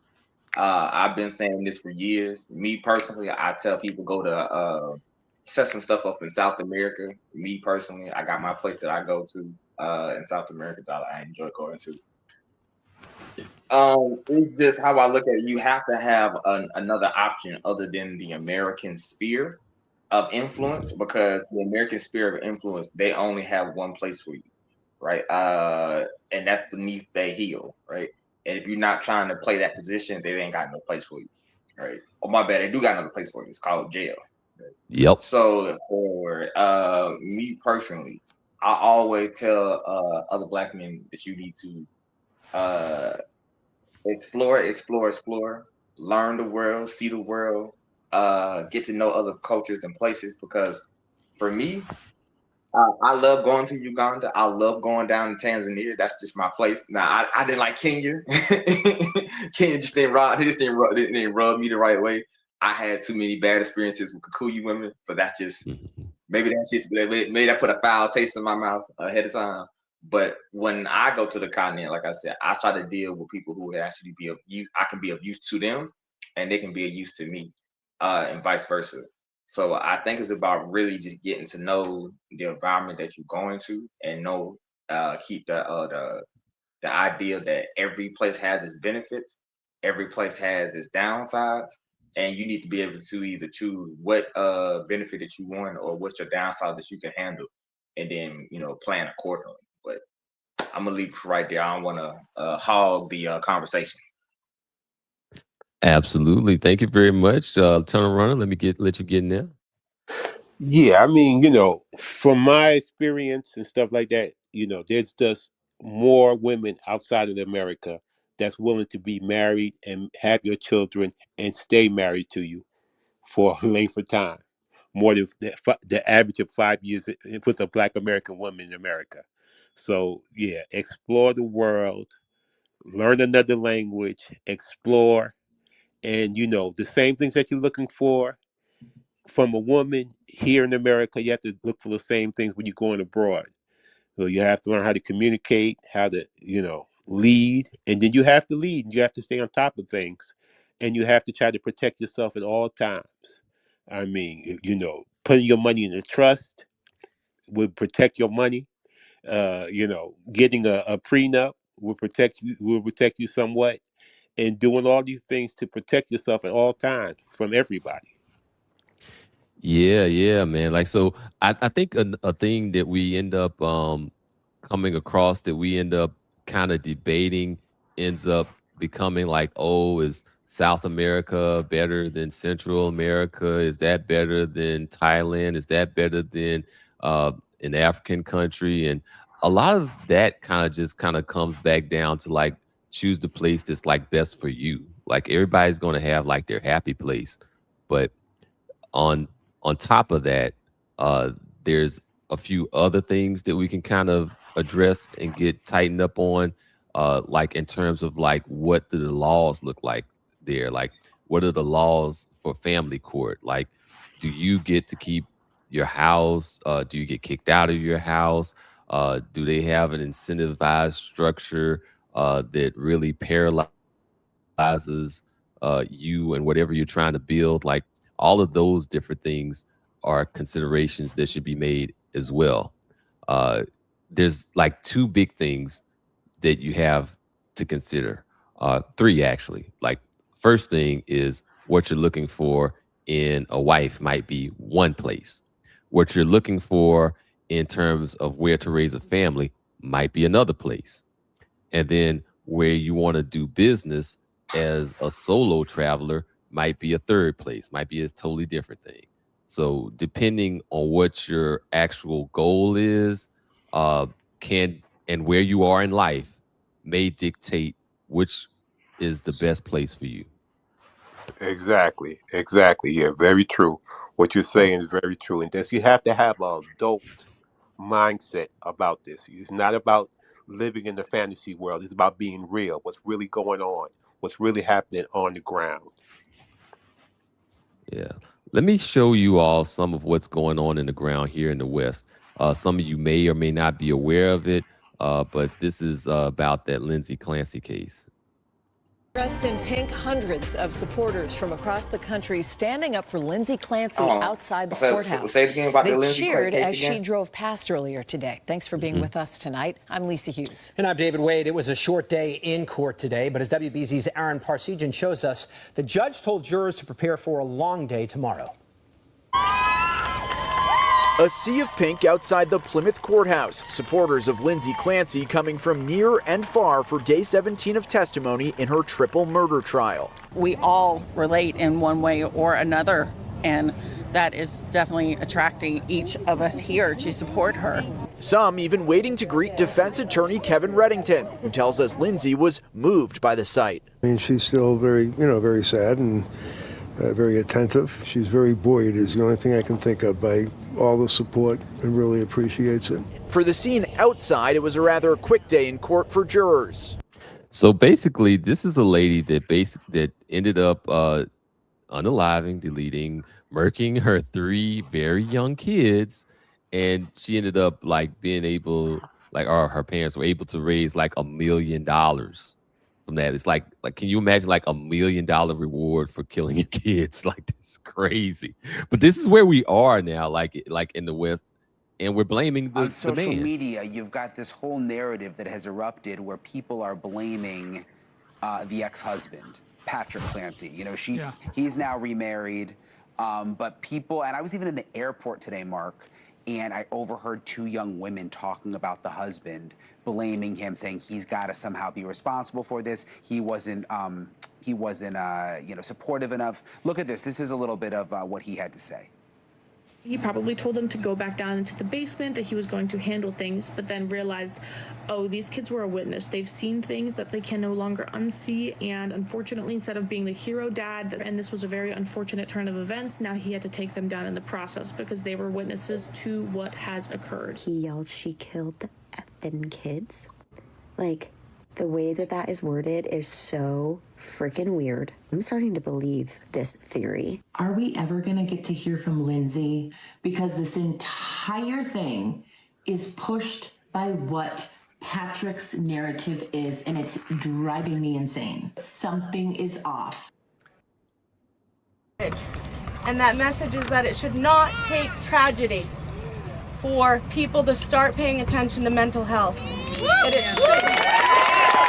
I believe that women deserve support, and Lindsay didn't receive the support that she deserved. We love you, Lindsay, and we're here for you. We're here to show support and love for her.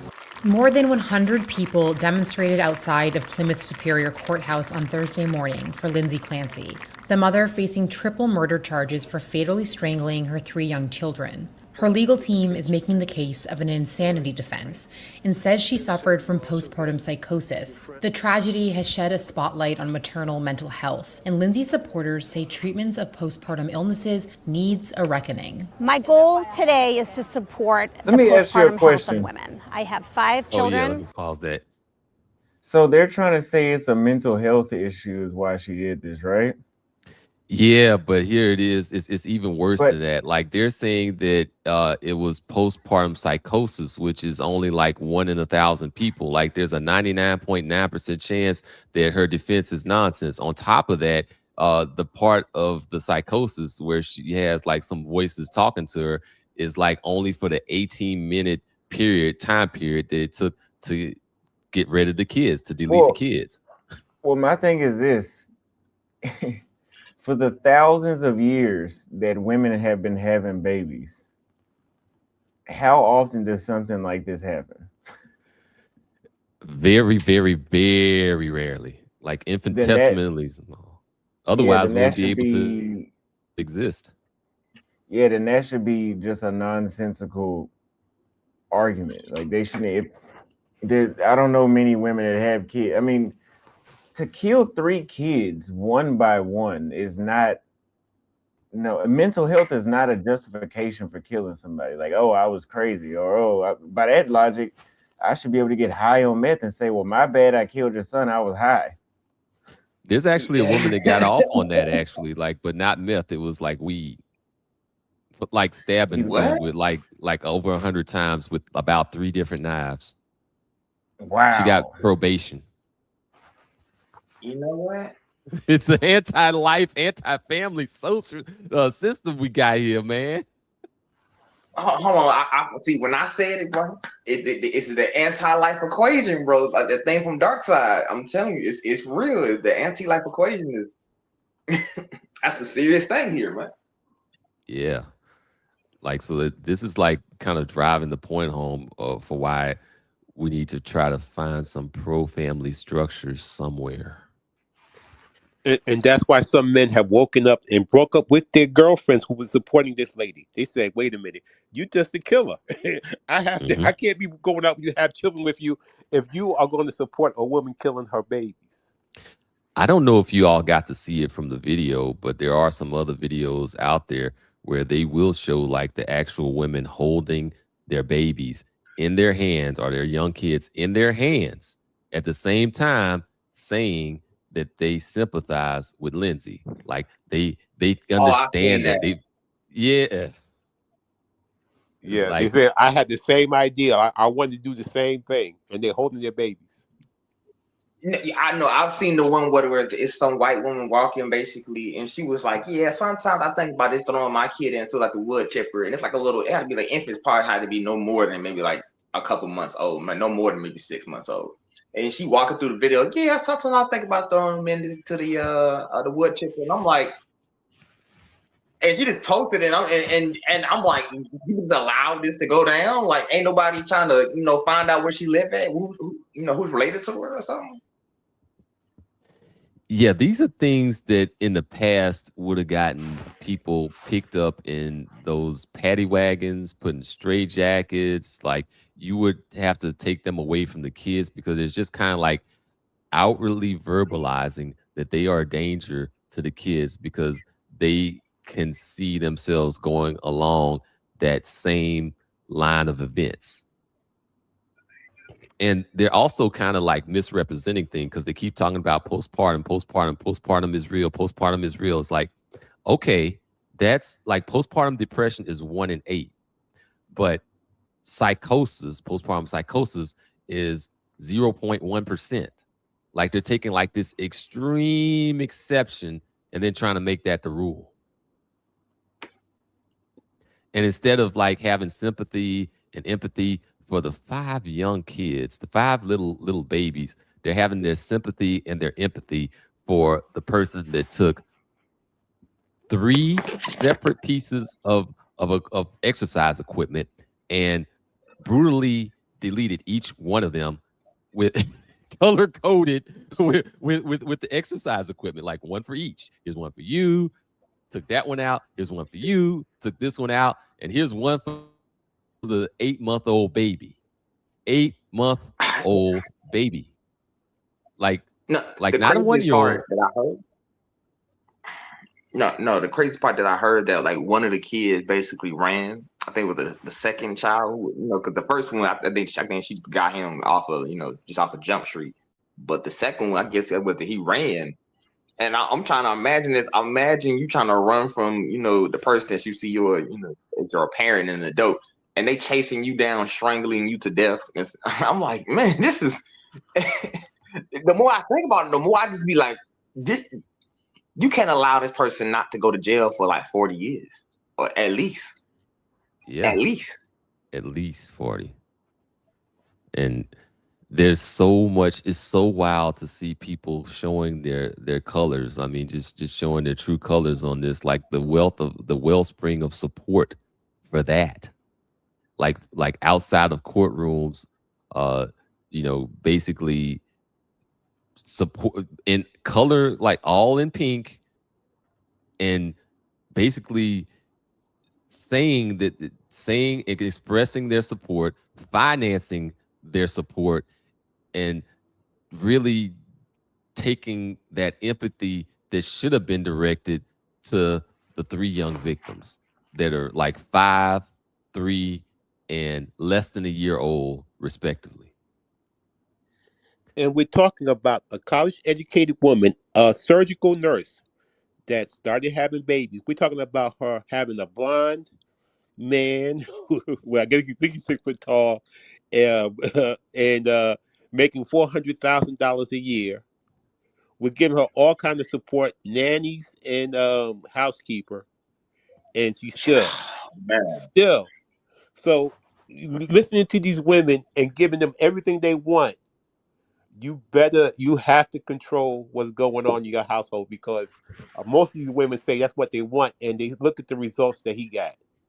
That's the thing that bothers me the most, is that false narrative that they're presenting, like, oh, she didn't have help, she was underserviced, blah, blah, blah. Like, she had a nanny, she had a babysitter, her husband took a stay-at-home job so that he can be around. Like, at every step of the way, this woman was given every possible chance to succeed, and she just spat in the face of that. Like, just utterly spat in the face of it. And people are talking about, oh, she didn't get enough support. Like, no. And they're financially supporting her. Yep. Nah, I can't rock with that. Let's watch one more bit of this Lindsay Clancy nonsense, and then we're gonna move on to something else, because it makes me mad. It makes me mad just thinking about it. But it does, however, kind of highlight the fact that when a man chooses a wife, he's not just choosing a person in isolation. He's choosing a moral culture. He's choosing a legal judiciary system. He's choosing an extended family system, and he's choosing the community that may interpret that future conflict in some different ways.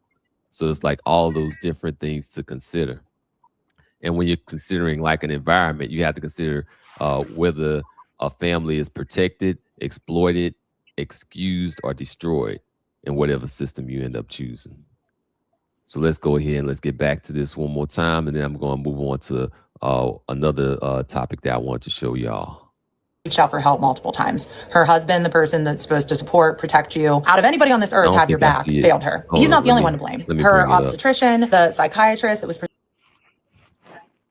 I have seen so many different posts. If you do not have any knowledge on postpartum depression, child. She reached out for help multiple times. Her husband, the person that's supposed to support, protect you, out of anybody on this earth, have your back, failed her. He's not the only one to blame. Her obstetrician, the psychiatrist that was prescribing her medication after medication. I have seen so many different posts. If you do not have any knowledge on postpartum depression, postpartum psychosis, how hormones work, what that actually looks like, then stop sharing what you think is right and wrong. Start doing your research and then spread education that's valuable. What BSG, we got some interesting news coming out of the Lindsay Clancy case. So basically, that's the woman blaming the husband again, who we already described and already explained, did basically everything that you can do. I mean, going, getting the stay-at-home job, getting a nanny, getting a babysitter, doing everything under the sun to keep her privileged ass as comfortable as possible, and then you still get blamed. Oh, I didn't get Bronk in. Bronk, what's up, man? Give me a second. I'll jump in here in a little bit. You did the proper thing, bro. You didn't allow him to speak. See, you did the proper thing, man. all right, reset Junior over there. I see that.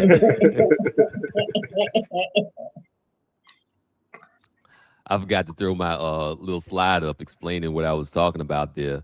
That when you're choosing, making these choices, you ain't just choosing a person. You gotta be choosing the person, the culture, the law, and the community. It's like all of these things together that get you to that family dynamic that you're after, that you want.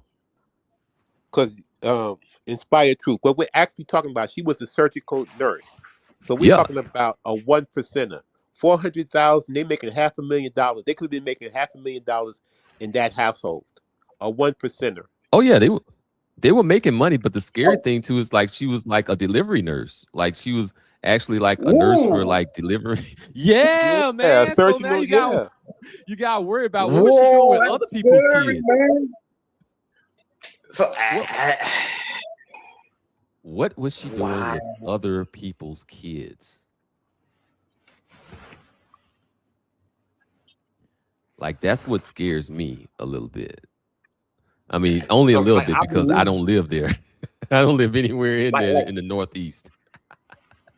It's like sometimes I'll be hearing random cases. Like I genuinely thought it was an accident where I'll be hearing like they'll say during delivery, like usually it's the doctor who catches the baby, right?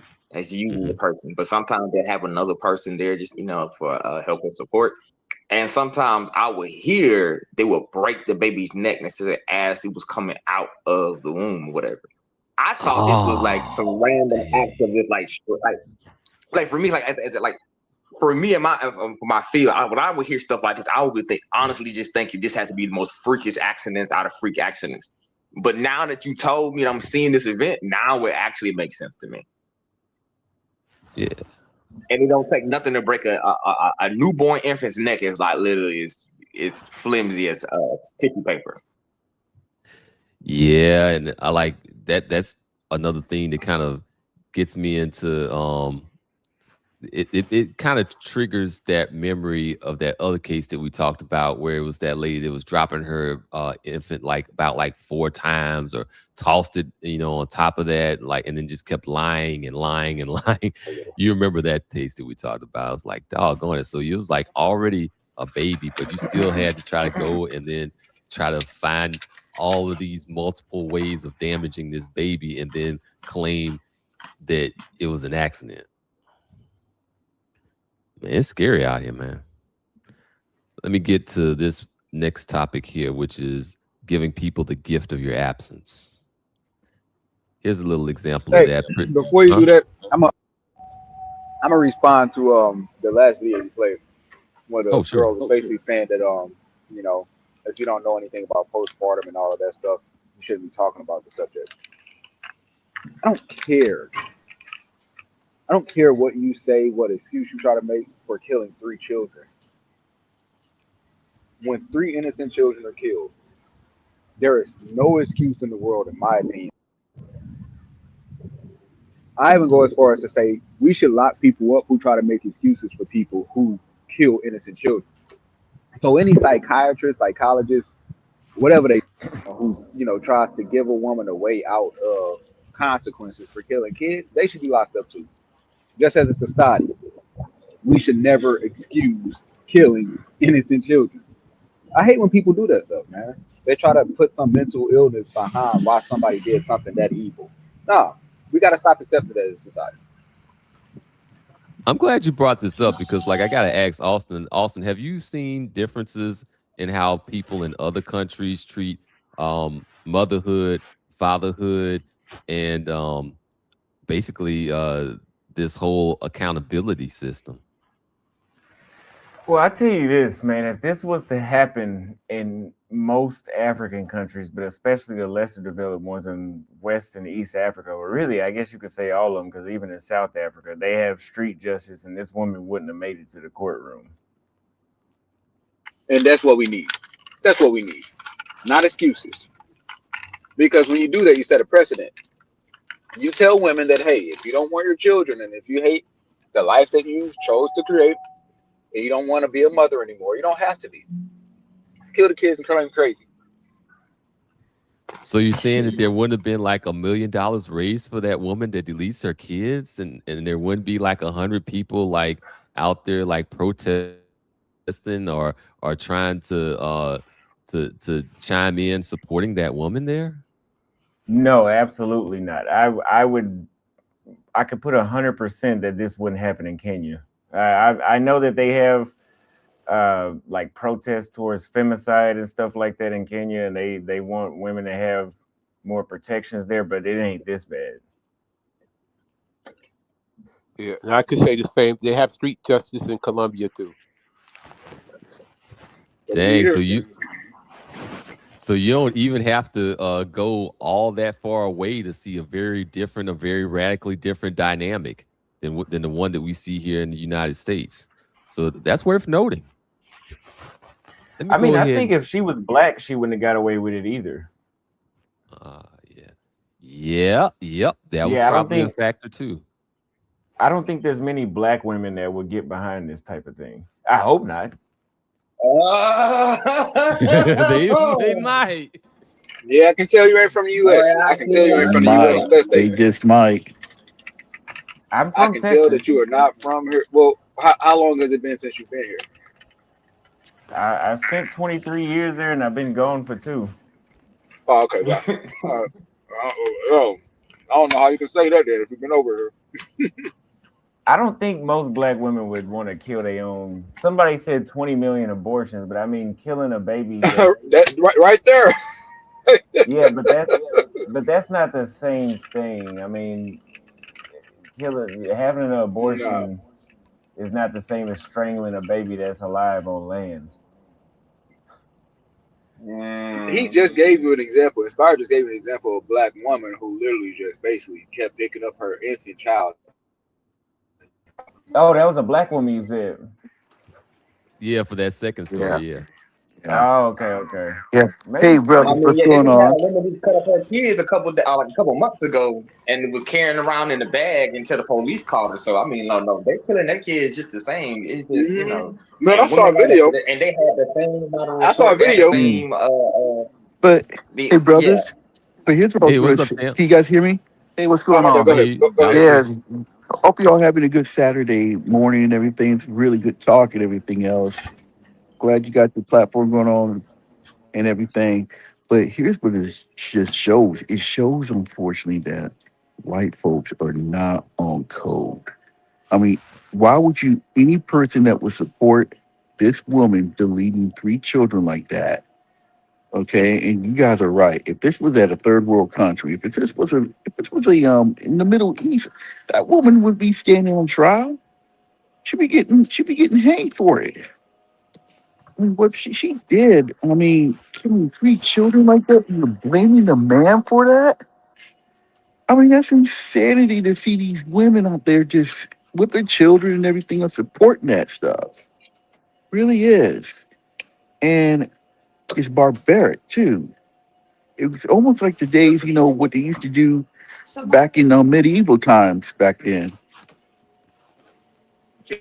Yeah, it's absolutely is as dark as it gets. It's as dark as it gets in terms of the support towards it And I think that when people were talking about the slippery slope in terms of the abort the mission, and then later on in a certain state that I shall not name, them being able to do it like in a later term, I think that maybe some of that slippery slope talk wasn't all nonsense. What's up, Austin? No, sorry. Go ahead. Yeah, I was saying that maybe some of the slippery slope talk wasn't all just bluster. It might have had some substance to it. Because there's legitimately some people that want the ability to do absolutely anything that they want to do. And the ultimate in transgression is being able to have power over who lives and who does not, and being able to make some kind of a rational basis for being able to do it, for getting away with it.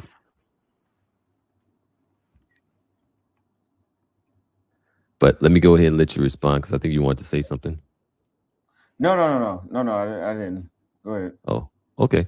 Well, let me go ahead and get to this one here. This kind of like chimes into like giving people the gift of your absence.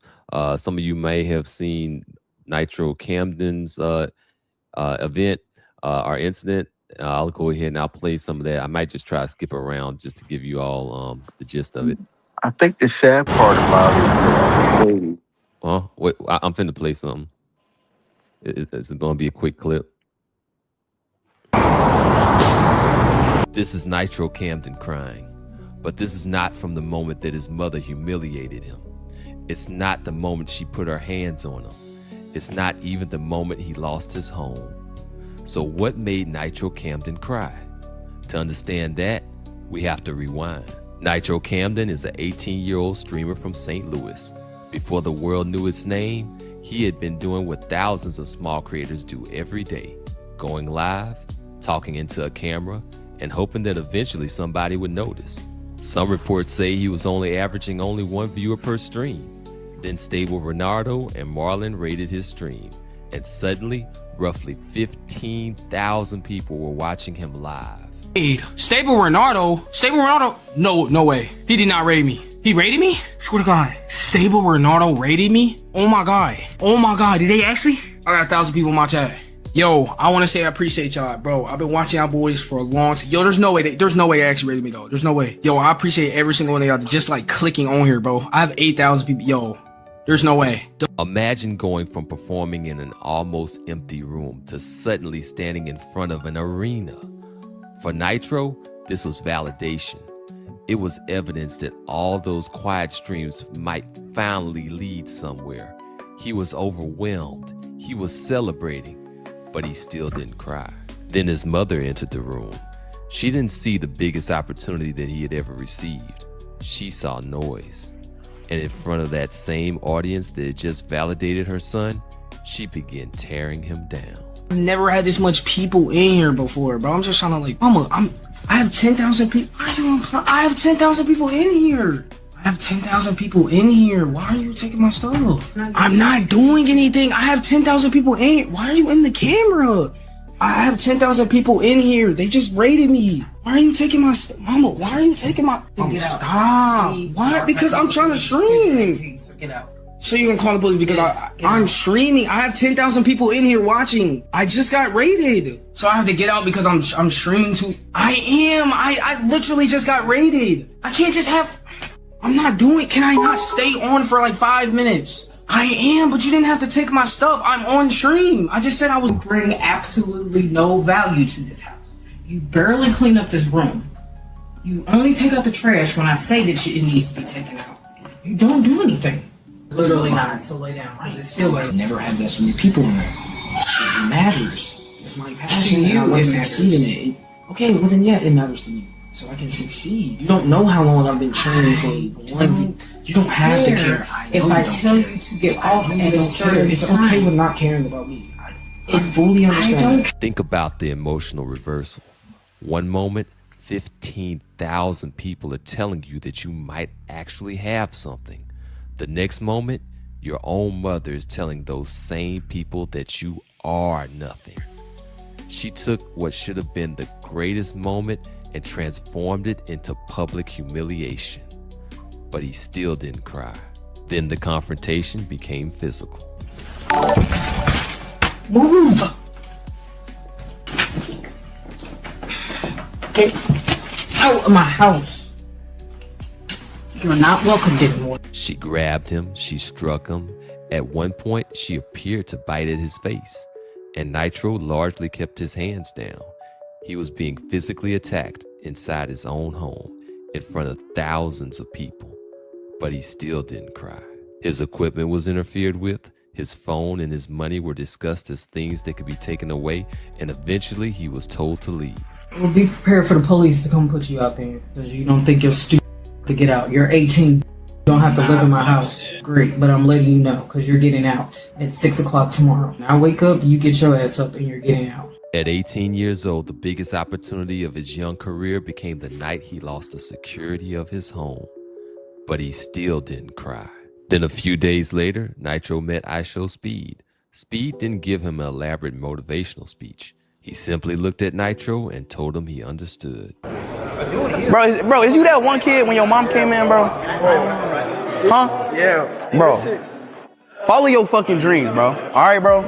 Real talk, bro. All right, bro? I was in the same situation as you. Real talk, bro. Follow your dreams. Do what you want to do, bro. Real talk.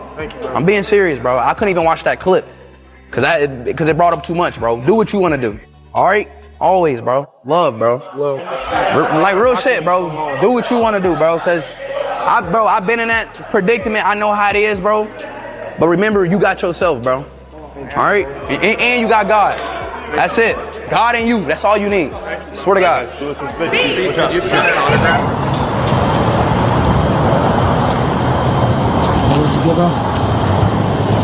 good, bro? And that's when Nitro Camden cried. So, God, you and other black men too. That's what I would say. Yeah, that's crazy. Y'all seen my mom do something similar to me on stream before too. Yeah, we saw it. Hey man, when it comes to an embarrassing you, black women, that's a right they have. That's just what I figured out, man. They believe they had a right to embarrass you. You see what I'm saying? If they don't get the right to do that, they feel upset. That's why I commented. That's why I commented on that video. Yes, we can. See, they played it because yes, we can. We can follow our dreams. Austin left the country to follow his dreams. Nitro is following his dreams. We all can follow our dreams. We can do what we got to do, and we should do what we got to do because it is possible. As long as you're living, it's possible, so that you can do what you need to do. It's possible. Make your fantasies, make your dreams come true. I'm gonna say one quick thing before I get Silver Rod in here real quick. There's certain things that we have to think about when we're like choosing a particular mother to our children, or when we're choosing a mate or a spouse or anything like that. And it's gotta be more than just looks alone. It's gotta be something more than just, oh, she has these pleasing aesthetics. Because at the end of the day, like a man did choose that woman there. That woman is like wailing on that grown adult man. Like that was somebody's girlfriend at some point in time. That was somebody's, somebody was living with that, and somebody ended up like having that turn into the mother of their kids. And we got some work to do, man. We got some work to do on picking and choosing better.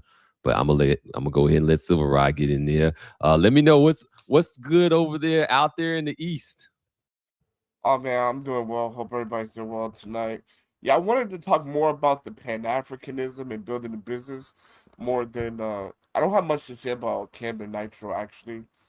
Yeah, I wanted to talk more about building businesses and where places that black men can go to do business and establish other places outside the U.S.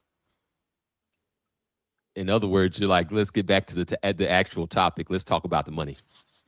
Yeah. Because that's something I'm Yeah. much more interested in, and I think a lot of people could like kind of benefit from that type of knowledge.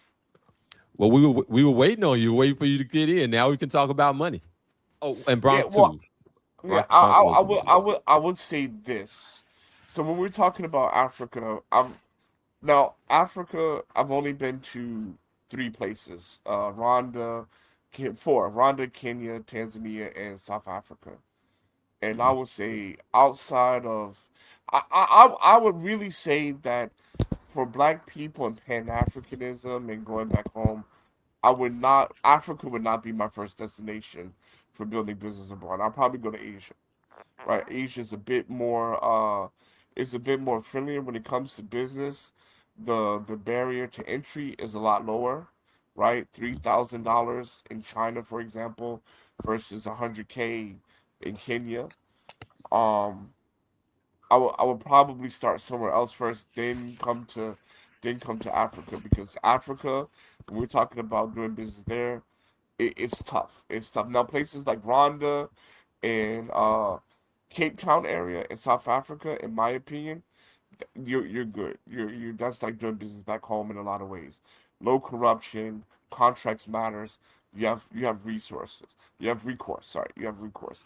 Kenya is a different animal. It's a different Yeah, animal. I got like a lot. There's actually a lot to dive in when we get into this stuff, but I guess we can try to get into this like eating an elephant one bite at a time. The first thing is like, what sectors are you allowed into in some of these different countries? Because I think that there'll be some things that might be kind of like more safeguarded, more insular, Yeah, and then other yeah, sectors where they're sure. more open to you coming in and doing business in there, depending on which country. Well, like for me, I would say Africa. My opinion, Africa, especially like Kenya, places like Kenya, is fantastic for agriculture. Okay. Fantastic, and especially everybody has to eat. Like you have so many countries around the world where you can legit build a Tyson level protein industry in places like Kenya. But the Man, problem is that you have you like and I heard Austin talk about this before. You gotta kind of know the right people, and you kind of have to, you know, you gotta know the right people. yeah. That's a big statement there. Like for people who aren't aware with the United States, Tyson Food is like one of your biggest like meat producers out there. Yeah, Like like if you look at Brazil, Brazil's the number one producer for protein, number one exporter of protein in the world, right? mhm. And like Kenya, Ethiopia, and Tanzania can blow that place out of the water, because it's more central to the Middle East and Asia, where they're having food deficit. China can't feed itself. Japan can't feed itself. Malaysia and Singapore can't feed itself, and East Africa is way closer. But you need the proper infrastructure, the proper sanitation, stuff like that, which all can be done, right? But it's just the fact of you're a foreigner, man, and without knowing the right people, forget about it. I think that from my understanding, and I think that there are people that are definitely going into the agricultural play, but I think it was like Uganda was another place that was considered a good Yeah, place for doing agriculture. you got you from Tanzania, Kenya, Uganda, Ethiopia. That is the breadbasket of the world. Okay. And Southern Sudan also. Southern Sudan. And I think in Tanzania, we like, I think I might have heard something. I don't know how true it is that there's like more of an ability for us to buy land in Tanzania than there is to buy land in some of these other places, though. Well, okay, but that's the old way of doing business. I'm talking about the proper way of doing business. Not really about the farm. It's Mhm. about the slaughterhouse, production plants, and and testing and place of origin, right? You don't need to be the farmer. The locals can be the farmers. It's about the packaging, the slaughtering, the testing, and the placement of Quality origin, control. quality control, things like that, right? That's Hmm. where American expertise comes in at that level. So the processing plant, in other words. Yeah, yeah, and then making sure that farmers are tagging their animals correctly, so place of origin, make sure you're having biological security, things like that. But really, where you come in as the processor, the packager, and the person, because your American passport, flying over the world, conducting trade and international sales and branding. Let me get You're Austin back talking in. about, excuse me. I think he's also forgetting to mention also just things like supply chain and transportation and all that, and the rest of that that goes with that. But yeah. I think there's a tie in there to that.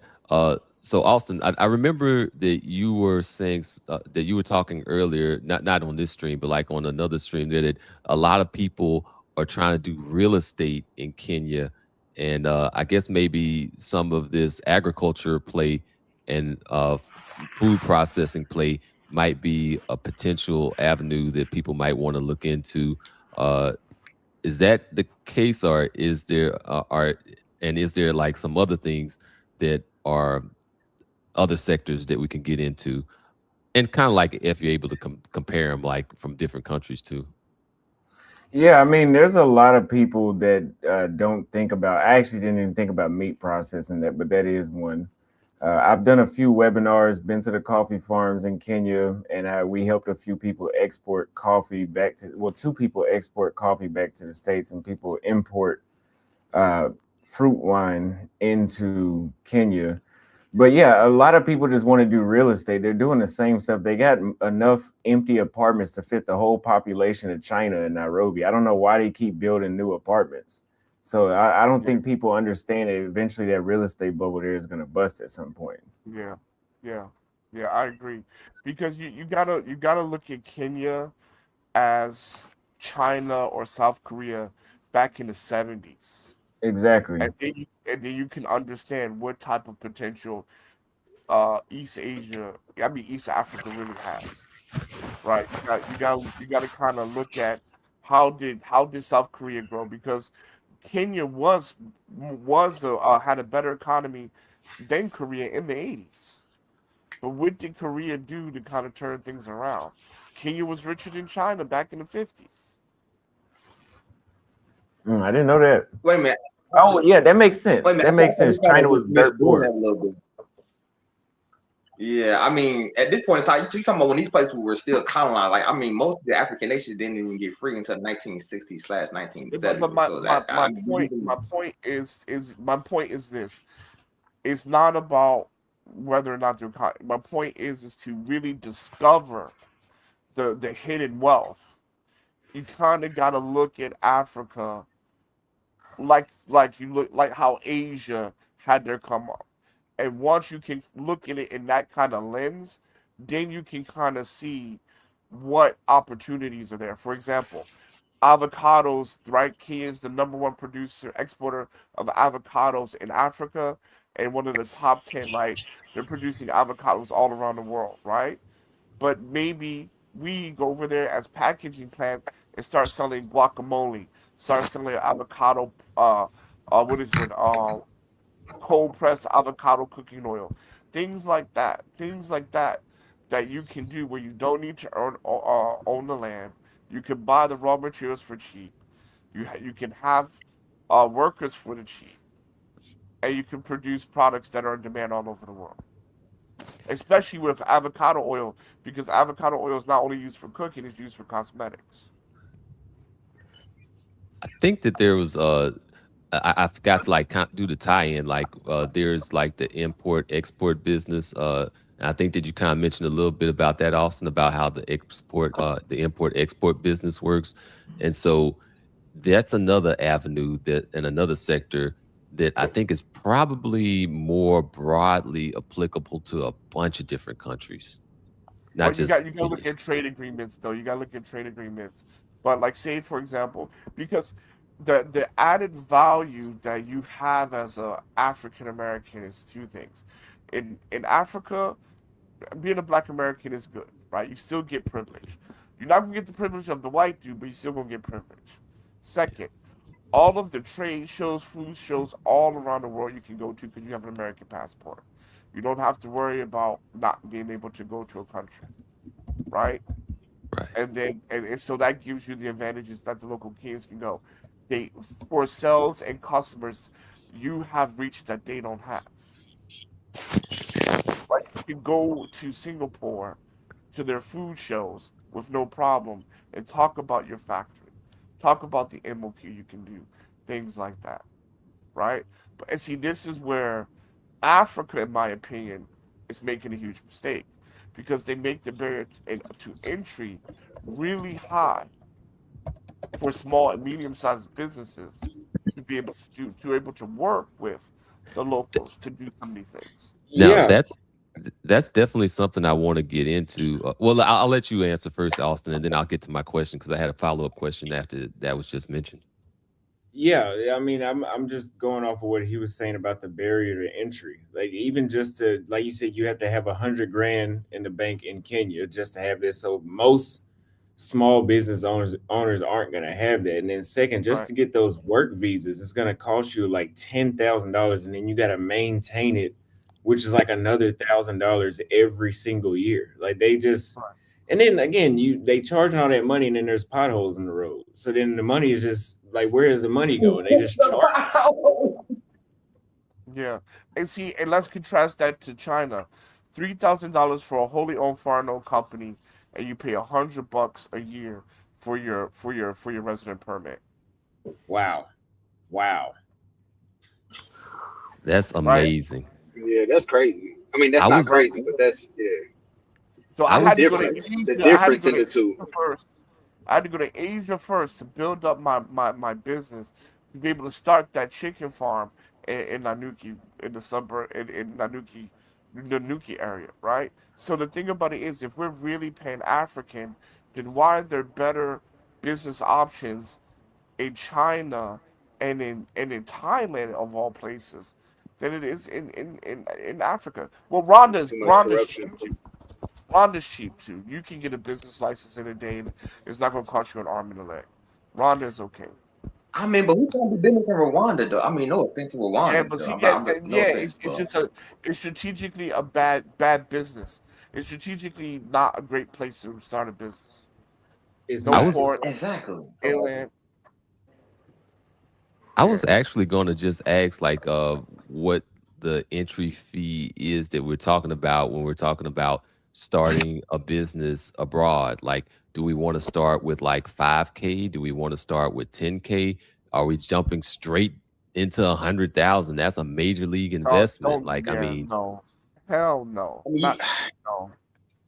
The best thing you can okay, do. can you give your opinion, but I want to go after you though. I'm gonna go after you. All right, this in my opinion is this: the best thing you can do to start a business is probably do what everybody else did, is try to start at home, right? Start at home is $100 or something like that to start at home, and then if not, I would say go to Asia because China, Vietnam, and the Philippines are roughly around 3 to 5K, and Indonesia is about 10K. No, Indonesia is about 6K to start your business. It's about $100. It's about $100 for your resident permit, $50 for your work permit, and most importantly, when you're starting your business for the first 10 years, it's a 5% corporate income tax, right? So basically, because in the beginning, when you're starting your business, right, you're going to be cash poor, right? You have your idea, you have whatever you're selling, things like that. You need relief, right? To make money, hire a team, and things like that. Then you start paying big taxes. Kenya off the rip charged me 30% in taxes, 100K up front, right? And 30% taxes off the rip from day one. wow. Yeah. Off from day one. I was pouring so much money in from China. Oh, hold on. Let me see. FBI. I mean, see, let me. Let's just say, it took a lot of money coming in from other places. It took like 2 years because even when we were making money, taxes took it. That's wild, man. Taxes That's a go. lot. No. I just want to ask the question. Did you have was it the greedy official that you had to kind of bribe off? I don't know if that you get to deal with that No, in I Kenya, did. but I was did. I definitely. didn't do. I didn't do none of that, man. I did it even Steven, fair and square, right? So when the tax man Nah, came, he got his 30%. Yeah, so you did man, everything I was above dealing with board. the worst shit in Uganda, man. Well, you got a Because tax ID, right? You get your tax ID, then you get your license, then you get your permit, stuff like that, and 30% off rip. Unless you're doing things that the government wants. Like, so if you do like fisheries, like starting a fish farm, then you're not gonna pay taxes. So let me. I was just doing a chicken farm where everybody and their mama were doing, right? So government didn't give a fuck. I was doing chicken farm. So government didn't give a fuck. But if you do fish farm and stuff like that, then there's tax breaks. So I don't want to paint it all like that. I'm just saying for the chicken farm that I was doing, they took taxes off it. I don't know for sure what so Robin is my saying issue here is, at the bottom, like in the chat of a quarter mil minimum of capital. Is that for Kenya that you're talking about, or are you talking about just in general for a business, Robin? Let me know, clarify in the chat when you get a chance. No, it's only 100. It's only 100K to in the bank. They don't take it, right? You just have to put 100K in the bank so they can issue the license and your tax ID number. Oh, okay, okay. Right? You don't pay them. You pay the services, but you got to show 100, and then that 100 got to be used for the business. Yeah, Mm-hmm. gotcha. Usual, you're doing well, I'm not going to get too much into your thing, but I think you were noticing that there are opportunities in South America and that the cost of entry over there can be si- significantly lower than 100K. No. That's it. significantly. I'm Asia. I don't know. I don't know much about Latin America. That got to be these other brothers. I'm the Asia I do. expert. All right, Like for take it me, away, usual. I try to do Africa too, but I try to do Uganda. Same business as I can't. I think it's Ruffin. No, it was it black. Was it Silverado? Yeah, right. So when I was over there, I tried to do a chicken farm also because I was okay. That's a profitable business, and I was also trying to bring foreign breeds from, let's say, South America and America over there. And just the processing fee of just getting the birds over there was one thing. The people stealing the birds is another one. And then the issue that I had the most issue with was, even though you may get a license, it was, yeah, you got the license, but sir, I still need some extra money here. I need some extra money there. And even if you quote unquote still paid it, I mean, granted, you paid the fee, you're good, but it's that extra money that was kind of like chipping away at me. Now, granted, I like I said, I'm not a millionaire, but for me, that was one thing I just did not like. And the thing for me, I'm a Suriname guy. Personally, me, I feel that you'll get more bang for your buck out of the Caribbean and South America now officially, because the barrier to entry is probably about what's it? Instead of being you said $500,000 or $250,000, it's like a couple $1,000s, maybe 5, 10, depending on what your business you're getting into. You can got what is it? Just was the business for insurance. If you want to be do insurance down there, it's only 50K or 100K to get down there, depending on what you're covering in your business or for your insurance company. I just looked that up like over the last couple of weeks, but it's so many things that you can actually get to in South America or the Caribbean that's actually, you get better bang for your buck. And one thing that South America has, you can buy property as an American citizen, and your tax And own it. and own it. Not 99-year lease, not 51% from a Thai person or Filipino. You can actually own it. And that's something that you don't get in Africa and some places in Asia where they just doing leases, or you have to have a foreign owner for land. So you could actually buy land in South America and have it and Correct. pass it on to your children.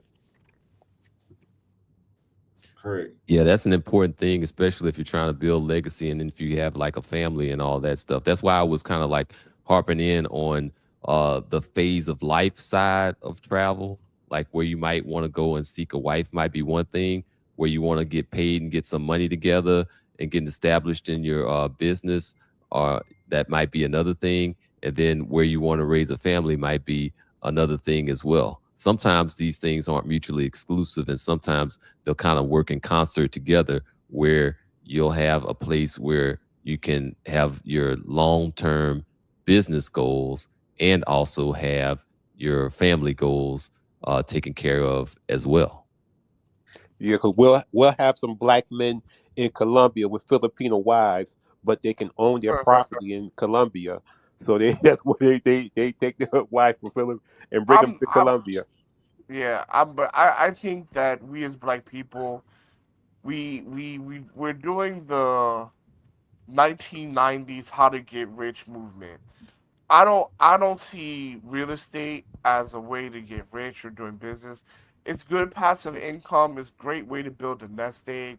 But if we're talking about actually like building a business, I would say doing things like YouTube would be a better option, content creation would be a better option, and going to places like the Middle East, right? The Middle East is great to get a digital nomad if you're making 400, I mean if you're making $4,000 a year or more and you get a year visa, right? I think the way we're traveling and what I see people, the way they're traveling is wrong. Like they're staying in places and every 60 days they gotta go or 30 days gotta go. That's you need to be in places where one, you can get a year visa, and then number two, after a certain amount of time you can get naturalized. Like one thing that's good about Kenya, if you're able to stay there for 7 years, you can work forward towards citizenship. Right? Now places like China, it's horrible for that because China don't give a fuck how long you've been there. You are not becoming a Chinese citizen. So Yeah, like those are the things that Morocco will let Is you that why you you left? become a citizen in a year in Morocco. In a say year. that again. Say that You again. can become you can get your citizenship papers. I think it's in Morocco But that's after a year. citizenship by an investment. But you can also do citizenship by just I forgot what it's called, but Naturalization. just naturalization. Thank you. Right, like Kenya, 7 years. Uh, there's other countries that are 5 years, some are 3 years. I haven't heard one that are in one, but there are some that's like 5 and 3. But like Yeah, China, no, never, yeah, never. yeah. And like Kuwait, you can never become a citizen no matter what. Yeah, yeah, no No matter matter how what. much money you have, they just don't. They Yeah, don't play that. right. There are other places Yeah, like Singapore, 23 mil. yeah, that's kind of like why you definitely like you might have like a phase in life where you go over to China and you do a business thing over there, or maybe you might go over to Indonesia and do a business thing there, Yeah, and then later Indonesia on, same. No, you know, no, no, no, no naturalization. no, that's why I was talking about like phase of Yeah, life. So like that might be like a phase in you building up your business, but maybe not what you're going to get into for like building your family structure. So right. you And and, go, and and let me say this really quickly because we're service people, and I'm gonna drop something that's been like has been a little bit of a secret. A lot of folks who are teachers apply abroad, go to international schools abroad. The Gulf Coast right now, the least paying job is 70,000 to 150,000 with room and board and a car. Mm-hmm. UAE, Thailand, 80K, 100K USD. Right? China, 90K. Right? Education in Asia, Southeast Asia, and the Middle East, $1 trillion business. There's an English teacher right now in Korea. All she does is teach English online, some basic bullshit. She's a legit U.S. millionaire, that's amazing. That's incredible when you right? stop and And think and, about it. and that is not China's the same, Japan is the same, Vietnam is the same, right?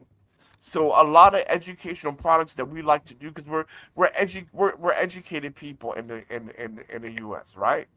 Right. So doing these education companies and stuff like that, you can make a million. You can become a millionaire in 5 years doing what you All were trained to do. All right. While there's still a little bit of time left, let me go ahead and get into this whole issue about avoiding scams. Because, like, I know that that's going to be one of those things that comes up. That's one of the things that people that are trying to do Pan-Africanism get labeled with, is just kind of either being scammers or getting people prepped to be scammed and be targeted because they're going to be naive and all that stuff. That's why I kind of introduced this idea of pragmatic Pan-Africanism, where we go and we actually get into a more viable approach to actually doing this thing where we work and do business in Africa, or maybe go and get some different networks in Africa. Like we have to do something pragmatic that isn't just purely emotional. So how do we avoid some of the scams that might be out there? You can get scammed right here in the US, by the way. Like, while we're over here talking about like all these fears of being scammed. Same thing with the dating scene, like I was showing you earlier. You can get like over there, get robbed or get deleted, get murked while dating. So like you can deal with like scams anywhere. But like the whole idea is to just make sure that you verify. Well, it's the same thing when you do it abroad. I mean, having the right network and being around people that have actually done it and people that Yeah. are affiliated with the government. Like I said, that doesn't protect you. But if you wanted to go somewhere where it's less likely to get scammed, as I said before, the holy grail of Africa is in Southern Africa. Like, it's less likely to happen in South Africa, Botswana, and Namibia than it would Yeah. be in East Africa. Yeah. That's true. That's true. I agree with that 100%. But And this is I what I've seen all over the world about scamming. yeah. If you don't speak the language, if you can't read the language, they will all of a sudden be talking English to you. You start trying to do some business, all of a sudden they go to their language. They go to their local tongue and they write stuff in there. They stop talking in their Filipino language. You have to learn the language. You're trying to do business. You really need to learn the language. Are you going to have somebody there that knows the language? A lot of Americans think they're arrogant enough to just think they're going to do business in a foreign country in English, and a lot of times they will trick you out of your money. All I would say is that I would say this is like we gotta be careful with the Pan African things. I know that was mentioned earlier. Um, it just doesn't work in Africa. Because I mean, I've seen my friends. Like I have a lot of African friends because they all come here to study in China, and I go to Kenya a lot. And I've seen Nigerian dudes be discriminated heavily in Kenya. Heavily in Kenya. Searching his shit. Yeah, Everybody thinks he's a drug dealer. All this, and he's not, right? But just heavily scrutinized in Kenya. Like, when he meeting other people, he was like, "Yeah, I'm from Nigeria." The people whispered like, "Oh shit, this nigga's from Nigeria," you know. So I think Pan Africanism is just being romanticized. I'm saying that for this purpose. I just think that even before we get to Pan Africanism, I think that black people got to work on loving and caring and want to work amongst ourselves even before we talk about Pan African. Pan African is just too huge of a chunk to take a bite. We got to work on FBA's lack of a better term first. Can we get together? Can we organize? Can we work together despite disagreements without wanting to rip each other's necks apart? You know what I mean? I think That's that's step one. that's a good I segue agree into and my. disagree, bro.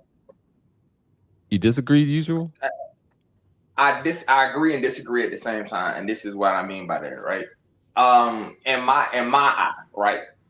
This shit is over here is cooked. It's cooked. When you talk about the business, it's cooked over here. You talking about the women, everything over here is majority cooked. So Yeah, in my mind, how I'm looking at this, you're going to need allies in different places, right? Now, granted, I think as Black American men, that we are smart enough to also do two things at the same time. Now, I can have my wife being from South Africa and I don't know how to manage that, or I should be able to manage my private life with my quote unquote my wife and maybe her people, right? And then still understand that I still got business I can take care of them here in America, or work with other Black men or FBA men in the States. I think I should be able to still be able to manage do both. I don't think that's too hard of a concept that we can't manage both.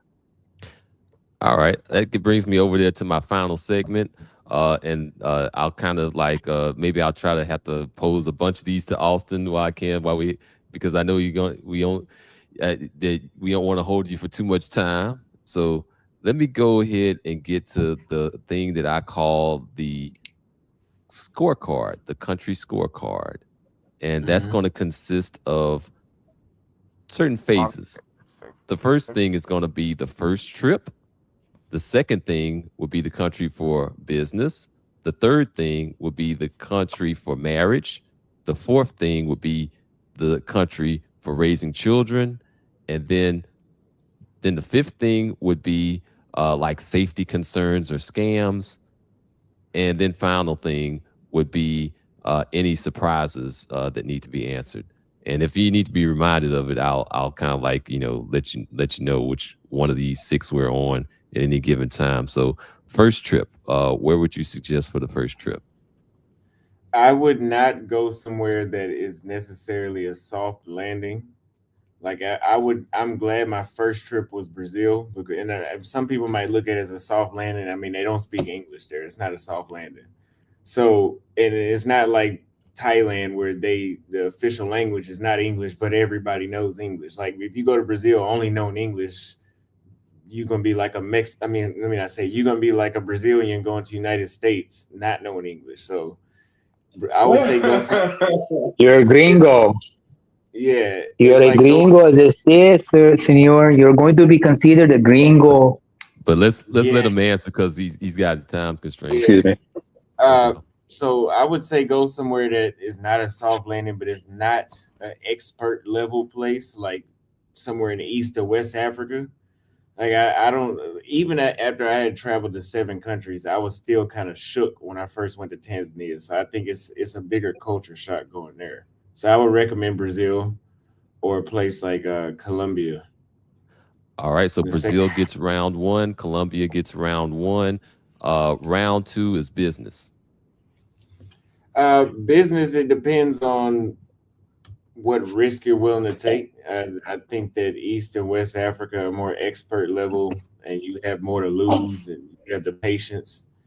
But like who was it that said earlier? South America. I didn't know what you said about Asia. I didn't know that it was that good in China, but South America has the most benefits, I think, for a U.S. citizen to open up business.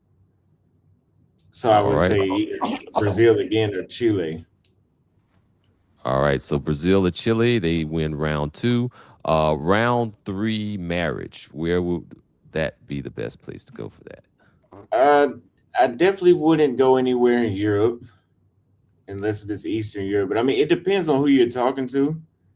I still think a place in that's actually a really hard question because it depends. I want to go after Auston because you got to account for poverty, the rates of poverty, culture, and then marriage laws. I don't think South America has the most attractive marriage laws. I don't think so. I think Africa does, and maybe places like the Philippines. All right, so we got Africa for the win on marriage.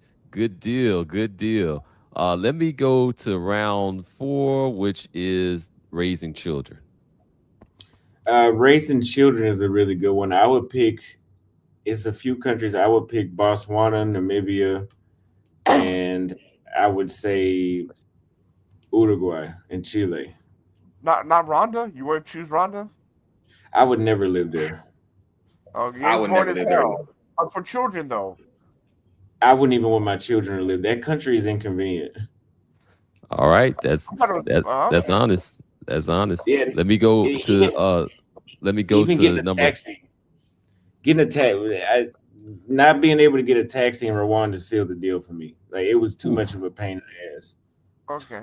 And in Dang. Kenya, you were raising your child in Kenya? I Nairobi? would, but I mean, it depends on where I would live in Nairobi. I definitely would. It's just if I was trying to find something the most similar to the system we have in America. I mean, America is where I would prefer with that school system there. You know, well, maybe not today, but when I was in school. But other countries, it's kind of it's different. So I still think Namibia. I mean, Namibia is like Oh, Windhoek is like a Namibia's big good. suburb. Namibia's good. Yeah, Yeah. Namibia's good. Good. It's good infrastructure, Dutch, German influence.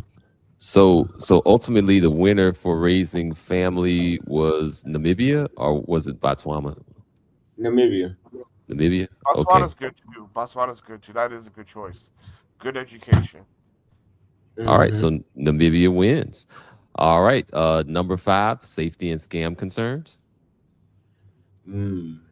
Safety and scam concerns. It's going to be Southeast Asia that's going to win that All all the right. way. I would have to say maybe a place like Malaysia where I'm at now. Malaysia wins. All right. And then the final one is any surprises or any unanswered questions, any like wild card things that might be out there. Like what's the most underrated country that you visited? That's kind of like a wild card. Or where you seen like the strongest Black professional network, all of these like extra special factors, that wow factor, that X factor type place. Where would that be?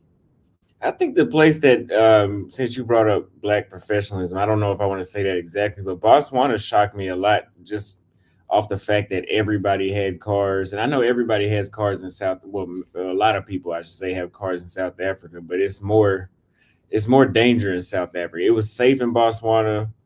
Their version of the ghetto didn't really look like it at all. I mean, it seemed very well off for an African country. That's a lot of high praise for Botswana. They're winning It's a pretty good nice. bit. It's boring as hell, but I it's ain't gonna lie, that's nice. kind of nice, bro. That's kind of nice. The truth about Botswana is they, from the get-go, put an emphasis on good governance. Yeah. And also maintain and minimizing corruption to the way it is. I mean, the former king of Botswana, he was ostracized from his kingdom, and they became a republic after he married a white woman. But he became the first president, and he made a point that to set an example of having good governance in the country. That's why Botswana's never had to deal with corruption or scandals like that, and its diamond industry and other aspects have been well managed. That's why a lot of them do not emigrate outside like that. Well, yeah. Well, that's good. That's good stuff. Well, thank you for answering. You answered all the questions that that were on that list on that round.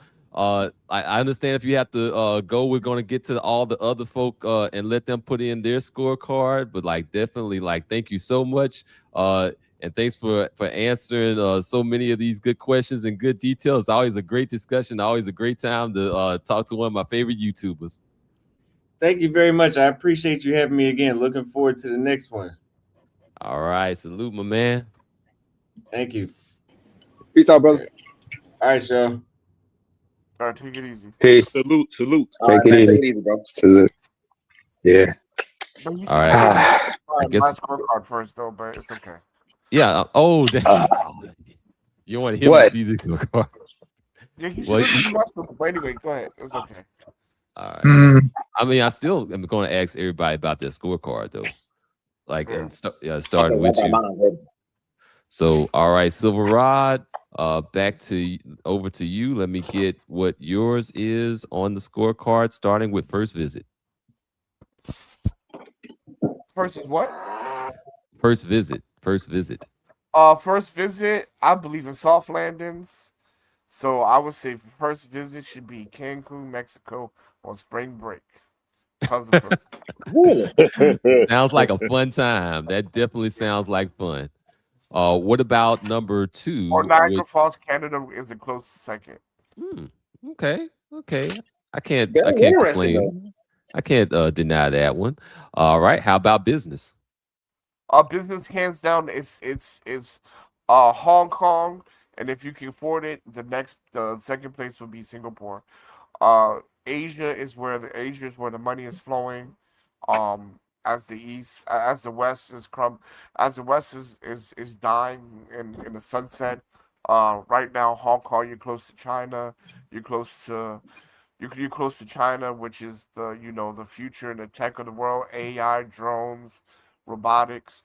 You're just a skip and a jump away from South Korea, which is now the major cosmetic player in the world, just second only to France right now. So and then also you have reach to Southeast Asia as well. So Hong Kong for sure, and it's easy barrier of entry, less than $1,000 to open up a company, 10% corporate tax. No questions. Ooh, one rack, and that's that. 10% corporate tax is even better though. 10% corporate taxes. Yeah, it's double here. Shoot, corporate tax over here is 20%. No. What's the place he said? He said, was it South Korea? No, I said you're close to South Korea, which is the new cosmetic capital of the world. You're close to China, which is the manufacturer of the world. Yeah, he was saying where at though. Right. He was saying where. Hong Kong is Hong Kong is next door to China. Yeah, so Hong Kong wins on business. That was round 2. There's no question, but there's no better place to open up a company than Hong Kong. And you said Singapore if you can afford it. If you can afford it, which means that even Hong Kong is even better because it's lower barrier to entry. So Hong Kong. All right, Hong Kong wins round 2. Round 3, marriage. Siberia. Yeah, by far, because those hoes can leave because they're gorgeous and they still stick with their men in the worst human environmental conditions possible. So if that doesn't scream loyalty, I don't know what does. You know that's gonna be a hard sell, my man. Like Siberia, first thing people gonna say, that's too damn cold. but hey, that's your answer. Look. I would beg to differ, but it's not my time yet. Listen, niggas, y'all need to be worried about great divorces. A Siberian or a northern Russian woman is loyal. I bet them racks are nice too. I mean, not being able to escape is a different thing. He's right. Now, when you're 60 and you're still looking 35, she gonna look like a hard 60. But hey, life's about a give and take. At that point in time, though, at that point in time, you can change things up. Go to the younger women and tell her be quiet.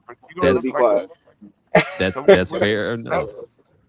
It's fair enough. That's a fair answer. Like you're like, hey, you want to avoid the great divorce? Go to Siberia. I'm like, okay. I got to deal with that cold. I don't know if I could deal with the cold, but okay.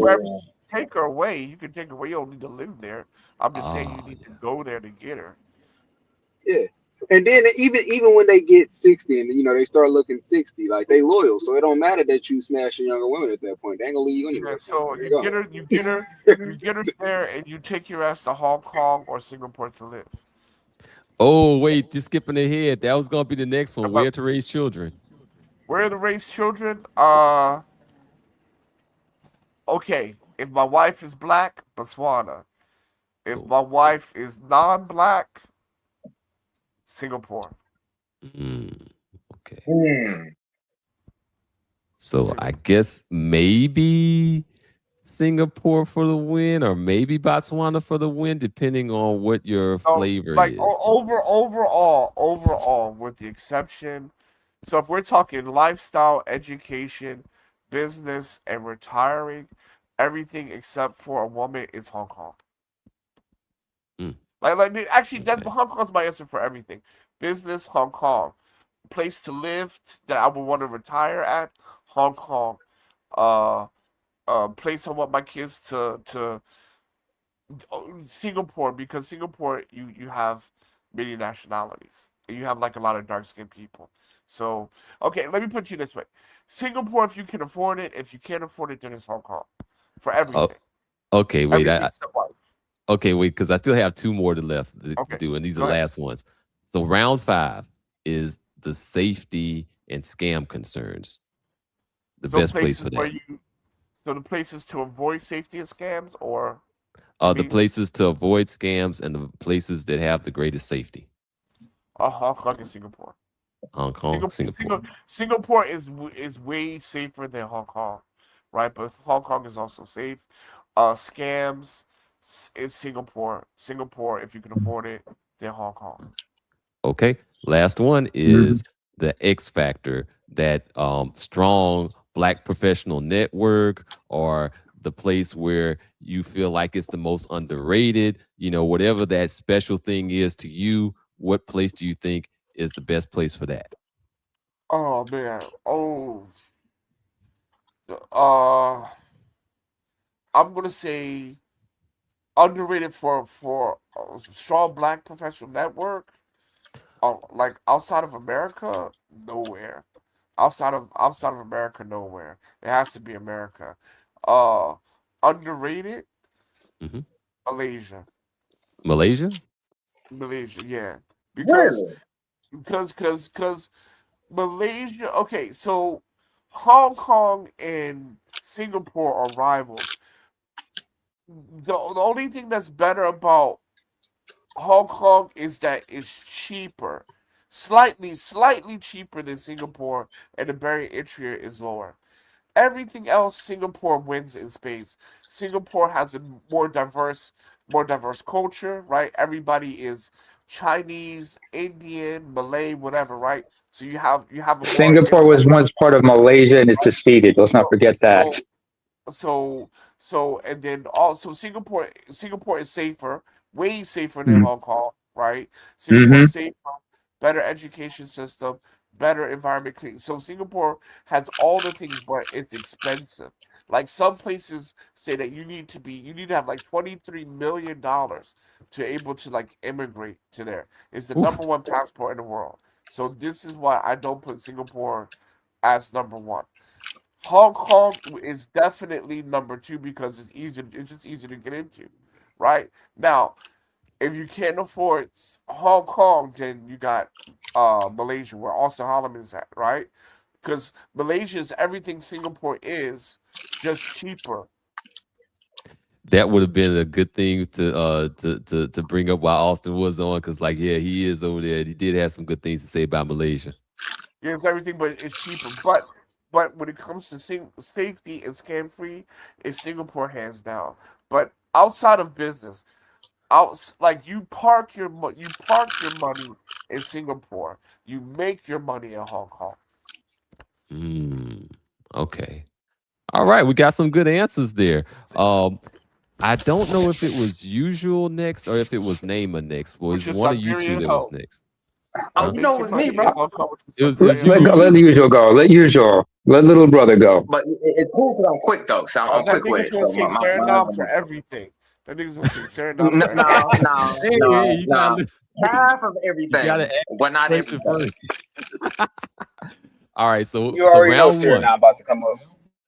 We'll see All right. which one it wins, where it fits into the mix. So the number one thing, If it's not Aruba, the number one thing is round one, first trip. Where do you go? First trip. Now, granted, I'm a little bit rougher. Like my first place I went to, was it Uganda and Tanzania. So for me, I like mediumly difficult places. So I mean, maybe to other people that's like a medium or maybe a hard place, depending on how you look at it. But for me, I say a place that's going to challenge you and put you out of your comfort zone, but not kill you. Right. So I say places like that is going to be good. Like I won't recommend nobody going to South Sudan or anything like that, but go to Kenya, go to Tanzania, go to Uganda, go to South Africa, go to You gotta pick one. First trip. Okay. First trip. I'm gonna say going to Kenya, Tanzania is a good first trip for a person. All right, gotcha. Now, for you all that maybe don't know, that is going to be one long flight. You're going to be on that plane for a long time, and it's not going to be as it's going to cost you a nice little chunk of change to make that long trip, too. So $1,200. Yeah, that's not too bad actually. Yeah, that ain't too bad. That's like getting like a last minute ticket somewhere, like to like from one part of the country to another part of the country, or maybe even just half of of that. Like that's not terribly bad actually. It's not It's not terribly bad. terribly bad. I mean, the average rent right now is that price, so you paying rent. Yep. Yep. Yep. And that's actually like rent on a like smaller city or a cheaper city. Like there are certain cities like where like your rent is basically like $2,000. Oh hell no, Like I won't be starting in at no city like that. it exists, my man. It exists. But all right, let me get on over to round two. So round one, Kenya won. I'm sure Austin will be happy about that. What about round two? Business. Business. Now, this is my opinion going to shift a little bit. I would say doing business probably. I'm gonna say honestly, I would think China you probably do more business, but I can't be with the places I actually been to. So I'm gonna say Japan. Business culture there, I enjoy the business culture there, even though everything is regulated heavily, but everything is in order, and that's what I like. Because about the same thing, I like stuff that's in order. So like the American system, everything is in order. In China and Japan, everything is in order. So I like that. Okay, that was the first time I've seen Japan on the list, but yeah, okay, Yeah, we will rock with that. We'll rock with the that. way they do business is actually good. And I think They that think Passport through their OG. processes. Yeah, they think through their processes very, very heavily. They don't make rash decisions. And so when you're doing business with them, they're looking at this for like throughout the lines of this person's going to be here for like the next 20, 30, and maybe 40 years. So every decision is based on that mindset and what you will be when you kind of understand it, you're like, okay, I can see why people want to do business with them. Because every decision is going to be thought out pretty deeply. Oh, you know what? You just kind of landed on something that was very important there because now you're talking about mindset rather than just The talking. business culture. Yeah, you're Or talking about the mindset. business culture instead of just purely how much money can I make there, and Yeah. actually acquiring the skill set while you're there is an important thing. So, okay, I can respect that. Japan number two wins number two. Mhm. What about number three? Marriage. Round three is marriage. Marriage, I would consider. Me, in my opinion, I'm from the places I've been to. I'm gonna say Africa, you get a better marriage. Just the women and the quality of the women that's coming out of Africa is by far beat every standard that I think I've seen in every other place on the planet. And is that in terms of their cultural aspects, or is that more in terms of their physical aspects, or is it both? Cultural aspects, like the cultural aspect of marrying, let's say a Ugandan woman or a Tuareg woman, and things like that. I feel that those are better because the culture is even set up around the marriage. Like, all right, let's say you do some crazy stuff in, let's say, what is it, Uganda, right? And your husband can send you back on a boat for straight to naked back to your husband. I mean, back to your family, right? If you do some crazy shit, like I mean, some really, really wild stuff. But they have wild rules, but it keeps order, and that's what I actually like more than anything. It's like that the culture is already built in to keep marriage together. That's a great point that you brought up there because the culture is actually the structure that keeps any type of system in our society together. Like basically, if you don't have somebody enforcing some type of rules or like incentivizing some type of rules, then just kind of going and running with this whole like concept of this love thing is just gonna pretty much fall apart because it's not really based on anything other than just feelings. So you don't want just feelings. You want something that maybe you might have like maybe 10% feelings and then 90% structure, you know? So that's a good point. Yeah. Yeah, for me, I'm just gonna say this much: like the process of doing the lobola, which is or the kuchala, depends on what tribe you're talking to, is that it's like they hammer all that stuff down. Now it's like, okay, how many kids do you want? You're usually talking to the father or uncle, usually, right? And you're sitting down there having a conversation. The conversation you're having is like, okay, we expect my daughter's going to be here 15 some plus years, 20 some plus years. We expect to have this amount of many kids, whatever. And like y'all actually running through the whole process during the Coachella of what you plan on necessarily doing. And the family of, and with, the men have also for the family, they also sit together and they also having these conversations together. So by the time you end up leaving that party or that event, you'd already planned out the next 25 years of your life as the would-be husband, and the family already know the next 25 years, this is what we expect him to be doing, this is what we expect of him, and we understand we're putting our daughter in his hand necessarily, and we got rules and regulations for her that we expect her to do. So I prefer that setup. Just me. All right, so Uganda wins. Uganda for the win on marriage. That was round 3. So moving on to round 4, raising children. Where's the best country for that? Now, this is going to be a little off. I would say Japan is probably the best place to raise a child, in my opinion. Just the ease of comfort is good. How the culture there set up, how the people set things up. Like, see, when I went to school there, I walked to school all the time, and my parents never had to worry about me, getting hurt or anything. Now, granted, I did the same thing in America, but when I tell you in America, like I done had me a couple fights on the way to going to school and leaving from school. In Japan, I don't think I've ever seen anybody have a fight going to school and coming from school. Now, I've seen people have a fight in the school, right? Like, or in the rec room or whatever, but that's the only time. So that means that Japan wins 2. That's 2 for Japan. Yeah. All right, so Japan wins round 4. That's raising children. On to round 5, safety and scam concerns. What's the best place for that? Okay, scams. When it comes to scam, I'm gonna be honest with you. All of Africa is a scam land. I'm just gonna be honest with you. That's just my personal opinion. I hate to break it to you like that. I've been to East Africa way too many times and got scammed on small stuff that people didn't even have to lie about. So that's one thing. Where I say I would feel the most, you said safe or lack of scams. Yep. Also, again, I'm about to say probably Japan on that end, because it's better that they're real tight about their rules and regulations there, which I can agree with, and I actually like that about them. Wow, Japan is winning. They got 3 already.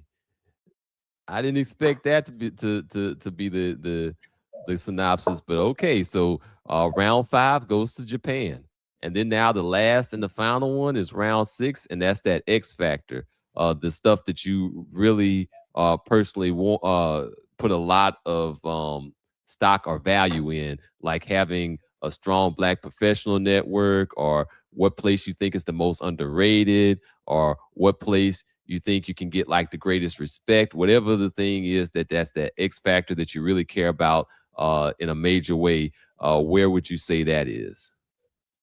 My X factor is Suriname, because when it comes to like, I'm cool with diversity. So I mean that the level of diversity they have already in the country is there. So they have their brown Asians there. You got plenty of that if you're looking for and different varieties and shapes, whatever. So you got that. You got your Africans that's just also there, right? And you also have your the native population that's also there, right? So variety wise, you can pick whatever that you want, that you into. You can most likely find it.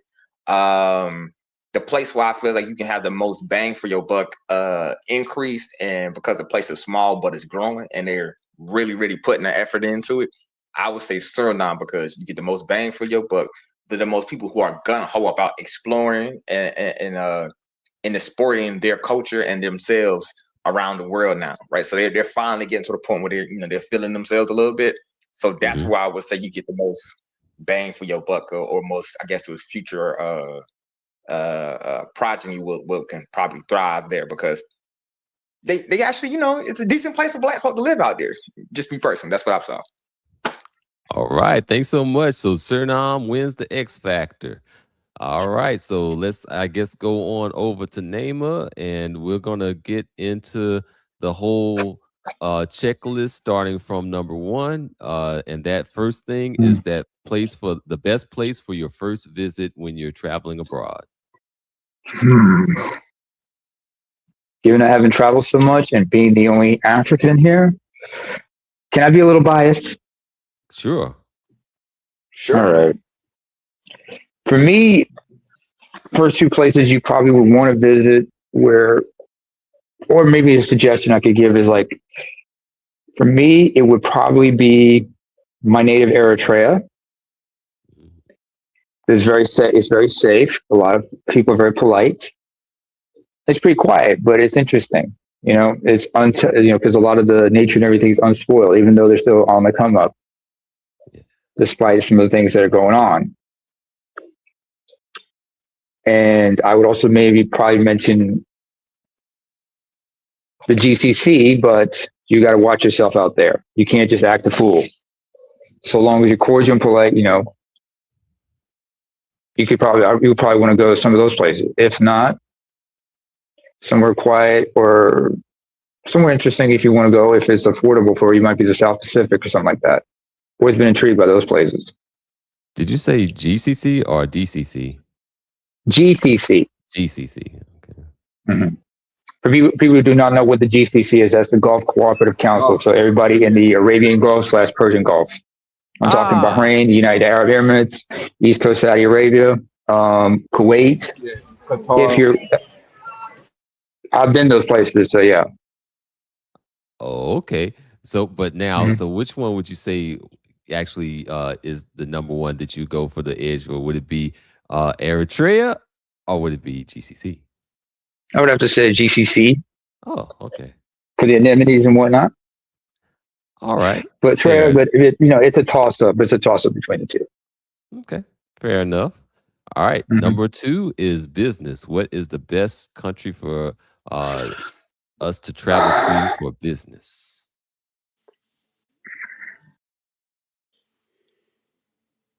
I can't really answer that one that well because, my business acumen are very limited on that one. So, may I skip? Okay, sure. Absolutely. Thank you. All right. Number 3 is marriage. Okay. If you're looking for a traditional wife like that, East Africa is a good place to go. Or I'm going to be a little biased here because I live up here. You can say the Scandinavian countries because one, they're very egalitarian, and they understand that when you have if you're going through marital issues and whatnot, it's mandatory to have 1 year separation before you proceed to divorce.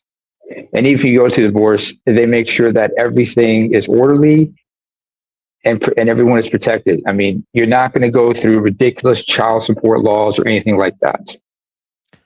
And having the state involved will be good to cover your ass. That's why I talk to your lawyers, talk to an accountant, because nowadays everything is through electronic wiring and everything. So you can show that you have records showing that you pay your child support and you should have the rights to visitation.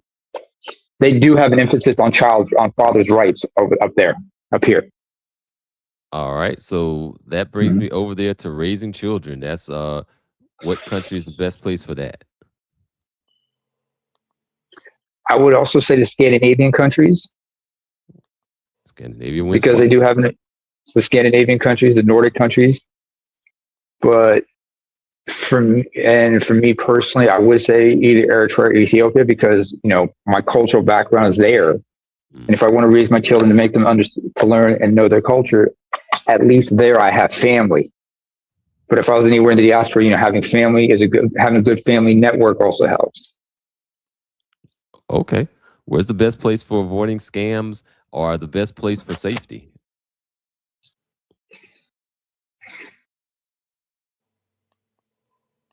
Well,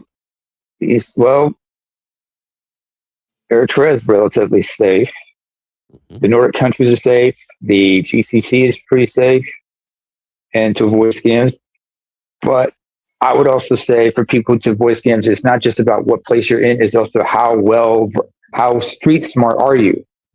Because you need to be street smart as well as book smart, and be vigilant and be aware of when someone is trying to scam you or not. That's the thing people forget about. certain places, they're worse at scams. Some places are not worse at scams, but it depends on you as a person. How easily or how difficult is it for people to scam you? All right. So that goes on over to number 6, which is that X factor, that stuff that is the most, one of the things that you care the most about. Is it like whether that's the Black Professional Network, whether that's what country is the most underrated, or which place gives you the most respect? Like which one has like that X factor for you in terms of out of all the countries, the best one for that?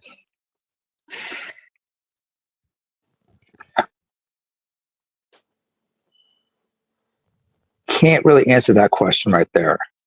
I'm gonna have to skip that one. Okay, well, that was the last Because, one. So that brings us over to close out that part for your section. Now we have to go on over to Tunnel Runner. Tunnel Runner, you still with us? Yeah, I'm still here. All right. So are you fighting the itis, brother? Did the itis get you yet? No, the coconut pancakes were good there, and the coffee will keep me up. Okay. See, they know how to they know how to protect, they know how to plan ahead in case of the itis right there. Yeah. Okay, I'm ready. Let's go. All right. So right off the jump, what is the best place to go for a first trip if you're traveling abroad?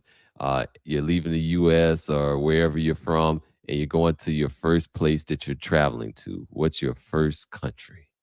Panama. The best first country. Panama. Oh, City. yeah. All right. I had to kind of hand clap that one because I was hearing that Panama is a good place to check out and a good place to go, but I haven't heard anybody talking about it recently. Yeah, that used to be my place before Colombia was Panama. Yeah, and the second would be Cancun. But Cancun, you have to be careful. You have to be careful with Cancun because it could be just like if you don't get outside of the tourist zones, it's just like being in America. You're actually saying something kind of similar to what Silver Rod was saying there, because once again, that's Cancun again. All right, but I think your top one, you said like Panama. I like that one. I like that answer. Yeah, Panama 1 and Cancun 2. Okay, so that's gonna be round 1 goes to Panama as first place to go. Second question is what is the best place to go to for business? I would say probably Singapore. Place that's going to get you. That's going to be Singapore, maybe Hong Kong. Just because they're very structured. Okay. You're not going to get ripped off. Okay, so Singapore, Hong Kong, they win round 2. Business goes to them. The next one is round 3, marriage. Which country is the best place for marriage? I would say Colombia. I would say that because it's just, and now only I'm saying that because the amount of good-looking women with good figures is just amazing. Those are the best-looking women all over the world. To me, is the Colombian women. They are just it's just so many. The numbers are just so high compared to other places. All right, that makes perfect sense. Shout out to the missus. Gotta represent. All right. Even without her, just the number of I go to other places, and the beautiful women are from Colombia. The beautiful women in Brazil are from Colombia. The beautiful women in Argentina are from Colombia. The beautiful women in Venezuela are Colombians. But yeah, go ahead. I will agree with you that the Colombian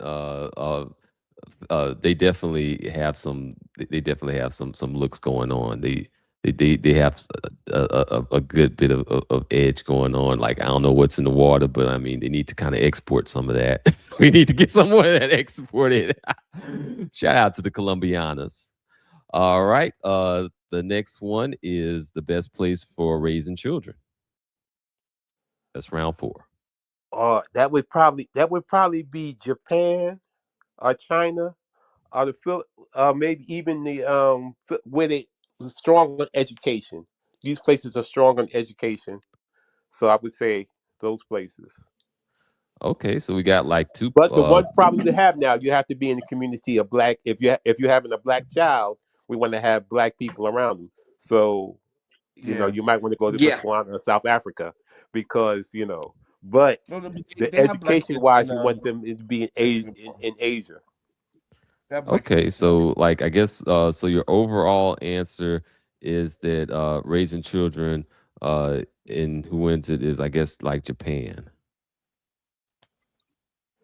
Yeah, yeah. I mean, like I said, this is the thing. Yeah, you want to have if like especially if you have like a Japanese wife or something like that, but you also want to have them around black people if Other you're black black. people, yes.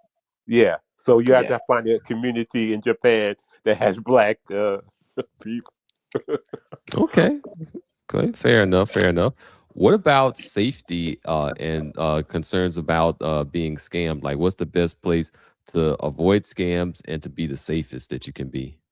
That'd be like Thailand, Philippines, over in Asia. Is just if you're looking for safety in all matters and forms, it's probably it's going to be Southeast Asia. Like say Thailand and stuff is so safe that you can just leave your phone somewhere, your expensive phone, and come back a day and a half later and still be there. Or they will have the phone for you. Okay. Okay. Sounds good. Sounds good. Now for the big question. Which place has that X factor, the thing that you care about the most, whether that's the black professional networks or whether that's where you get the most respect or whether that's where you end up getting into feeling like it's the most underrated place? Like, what's the place that you would say is your X factor place? Well, I guess you would come when you're talking about just as a black man and being in business and being set up fair. It's going to be America. Make your money in America, Oh, even if you have to. If you can make your money in America and live abroad, that's great. But for business and for being fair to you, as unfair as America is, it's probably the safest place for you to be able to make money and keep that money. all right. So, Really? all right. So we got like basically an explanation of a benefit for staying, basically. So there goes one. There's okay. We can work with that. We can work with that. We like honest answers here. Let me see. Who? Let me go back to my thing so I can see who is next. I think It's me. that brings us. And thanks again, by the. Oh, it's Bronk. It's Bronk. Yeah, Yeah, Bronk. yeah. What do you think And about I it? and I don't travel much yet. I have traveled overseas. Uh, about the extent of my travel overseas is Europe, England, Scotland, Wales, and Ireland. So, but what I do know, I would say, visit Brazil.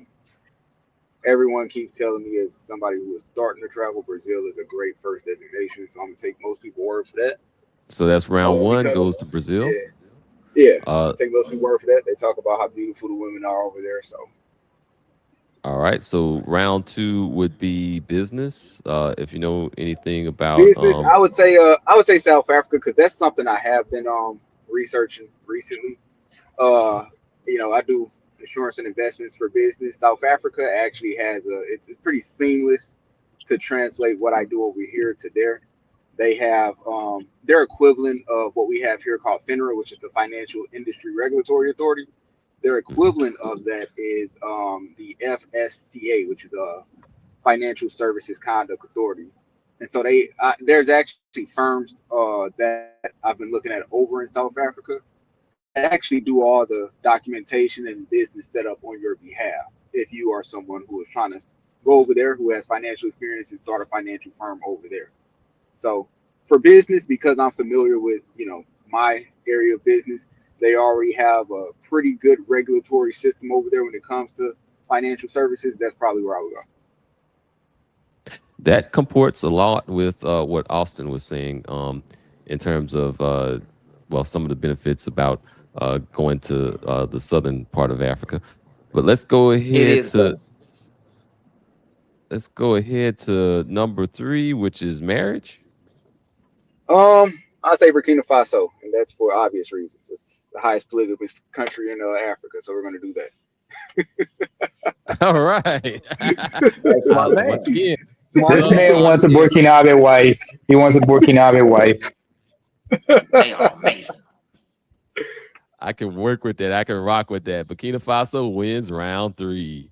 Round 4, raising children. What's the best place for raising children? Ooh, I would probably, I'd say, I answer that in 2 parts. I take Hot Toss recommendation. If I'm raising children with a black woman, probably an East African country like Kenya or Tanzania. But Okay. if it's a non-black, I might go with Mauritius or how do you pronounce that? Mauritius. It's an island off the company, or it's an island off the coast of East Africa. You mean Mauritius? Mauritius. Mauritius. Yeah. I probably do that for raising family, because from what I know about that place, they say it's actually a really good place for family. Pretty good health care. Kid there, still in Africa. You can raise a black kid there too. Still Africa. Yeah, bro. And Yeah, I East know. Africa, right? Well, it's more Indians there than anything. It's And then the thing is about that place. It's The thing about that place Wait. is His answer is his answer, though, y'all. Let him have his answer. yeah, but I'm sure I want to get to. So I want to explain something to everybody. Clarify something about Mauritius. That's a former French colony. They have a lot of mixed race Creole folks. They have South Asians and a lot of Francophones up there. Down there, excuse me. What is about like 28% Creole, about 67% Yeah. Indian. Yeah. And South Asians, yeah, galore. But it's a French colony. They speak mostly French as well as English. Yeah. All right. So raising children was either Mauritius or Tanzania. Yep. All right. On to number 5, which is safety concerns and avoiding getting scammed. What's the best place for that? I would say, for me personally, I would say South Africa, because if I were to go somewhere, I would want to go to an African country, and South Africa ties in with that as well. I'm liking your answers so far. Looking good. And you know the final one, the last one is that X factor, the place that has these things that you care the most about, like whether you feel like what country you feel is like either the most underrated, which country do you feel like has the strongest black professional network if you care about that, or what place has like the greatest respect if you care about that, like whatever it is that you care about the most. Yeah. Well, first and foremost, I care about making money where I go the most. So that's going to go back to South Africa just off the making money factor. But when it comes to who I think is underrated and who I think is, growing a pretty decent black network, I would say Burkina Faso. I like what they're doing. They actually have a 7 deal agreement that they are trying to push through with Ghana to kind of help with commerce back and forth from those 2 countries. So I think they're building out a pretty strong network. The people there, they seem to be behind their leader, right, who's doing a lot of good things. He's keeping a lot of NGOs out of there. He's keeping a lot of foreign influence out of the nation. So I think as far as what those people believe about their independence and what they're showing as far as fighting for that independence and trying to keep it maintained, I would say there. Okay, that sounds pretty good. Good answers. Like you started off, you're like, well, I haven't really traveled that much, but you gave excellent answers to all of this stuff. I'm studying, man. I ain't trying to, I'm trying to give myself some, some options here. So in order to do that, you still got to study, even if you ain't stepped foot out yet. You still got to know where you're going to. That's absolutely correct, and that's exactly what we should be doing. Boy, Yes, sir. Yes, sir. Good job. You making me proud right now, boy. All right, I guess it's only fair for me to answer, even though I haven't gone to even like 10% of the places that I actually want to travel to, but I have traveled. So I can't pretend like I haven't seen some places. I haven't stayed long enough in these places, but I have actually traveled to a few places. So some of the places I've been to, I've been to Mexico. I've been to Tijuana, Juarez. I've been to Costa Maya, Cozumel. I've been to like all of these different. I haven't been to Cancun though. I've been to obviously I've been over there to different places in the Caribbean. I've been to Jamaica. I've been to Belize. I've been to Cuba. I went to Havana. Havana was really nice. I went to Haiti. I've been to Haiti once. I've been to what else have I been to? I've been to a few other places too, but I hope I'm not forgetting to. Oh yeah, of course I've been to Honduras a few times too. Obviously like Roatan. I've been over there to And man, what's that Honduras other got some beautiful women too, man. I've seen Honduras. Oh Goodness man, gracious. Lord have Yeah. mercy. I used to work with a Honduras girl who was from Honduras. Boy. man, hey, go to Guatemala, bro. I mean, bro, you talking about some booty on the women that can rival them South African chicks, bro. I mean, that shit was, bro, it was ungodly, bro. It was so big, it was ungodly, bro. My bad, I'm sorry. Yeah, I think Guatemala might be kind of underrated, maybe, because they probably don't come up as much as they should. Especially for my short Underrated, king. man. That's my favorite place My to short visit, king and not could tell try me where to go. Guatemala. Ooh, that's a good point. That's the good point. An excellent point that Tunnel Runner just made. For the guys that are not necessarily that tall, Guatemala, like you can stand out over there. Definitely. Oh, also, hold on. Let me add this in.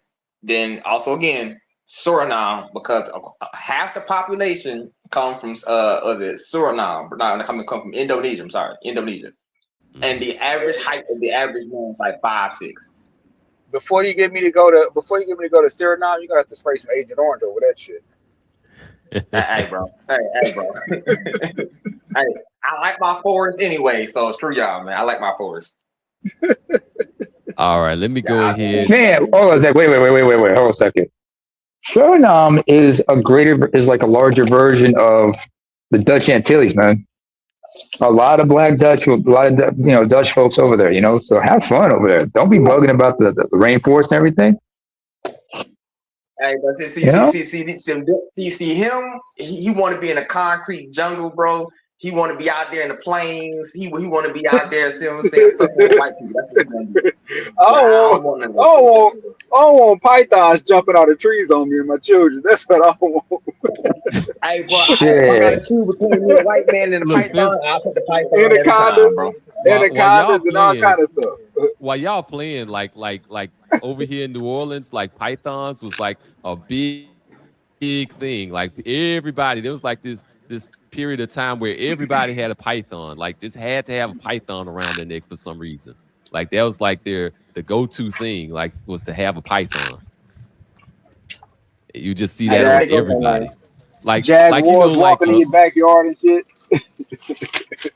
Like how some people will wear fur on their back. Like, nah, people are wearing like pythons on their back out here. Yeah, but look, it's only fair for me to go ahead and answer the question, even though I haven't gotten to like stay in any place for a particularly long time and haven't gotten to like really all the spots that I want to get to. So I'm gonna go ahead and I'm gonna answer some of the questions too, because I asked y'all, so it's only fair that I answer them. So first trip, even though I haven't even been there, I would still go with Dominican Republic because from what I've been hearing from other people, that's a good first trip to go on. If you're trying to go get into like some of us somewhat soft landing, then first trip might be a good idea to do the DR.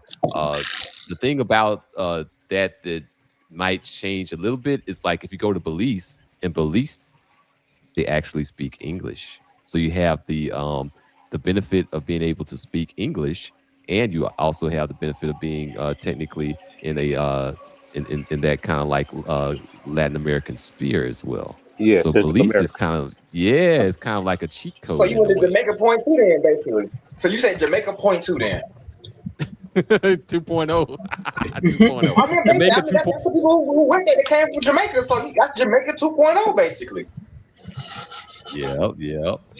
Now, in terms of business, like I might have to defer to y'all then. But hopefully, if I get into my thing, like the whole business thing will be like a non-issue. Like if you can go and get your stuff set up to where you're essentially living off of interest, or you can get your stuff set up to where you're doing something in content creation that you really don't Yeah, really that don't tears care down the too walls. much.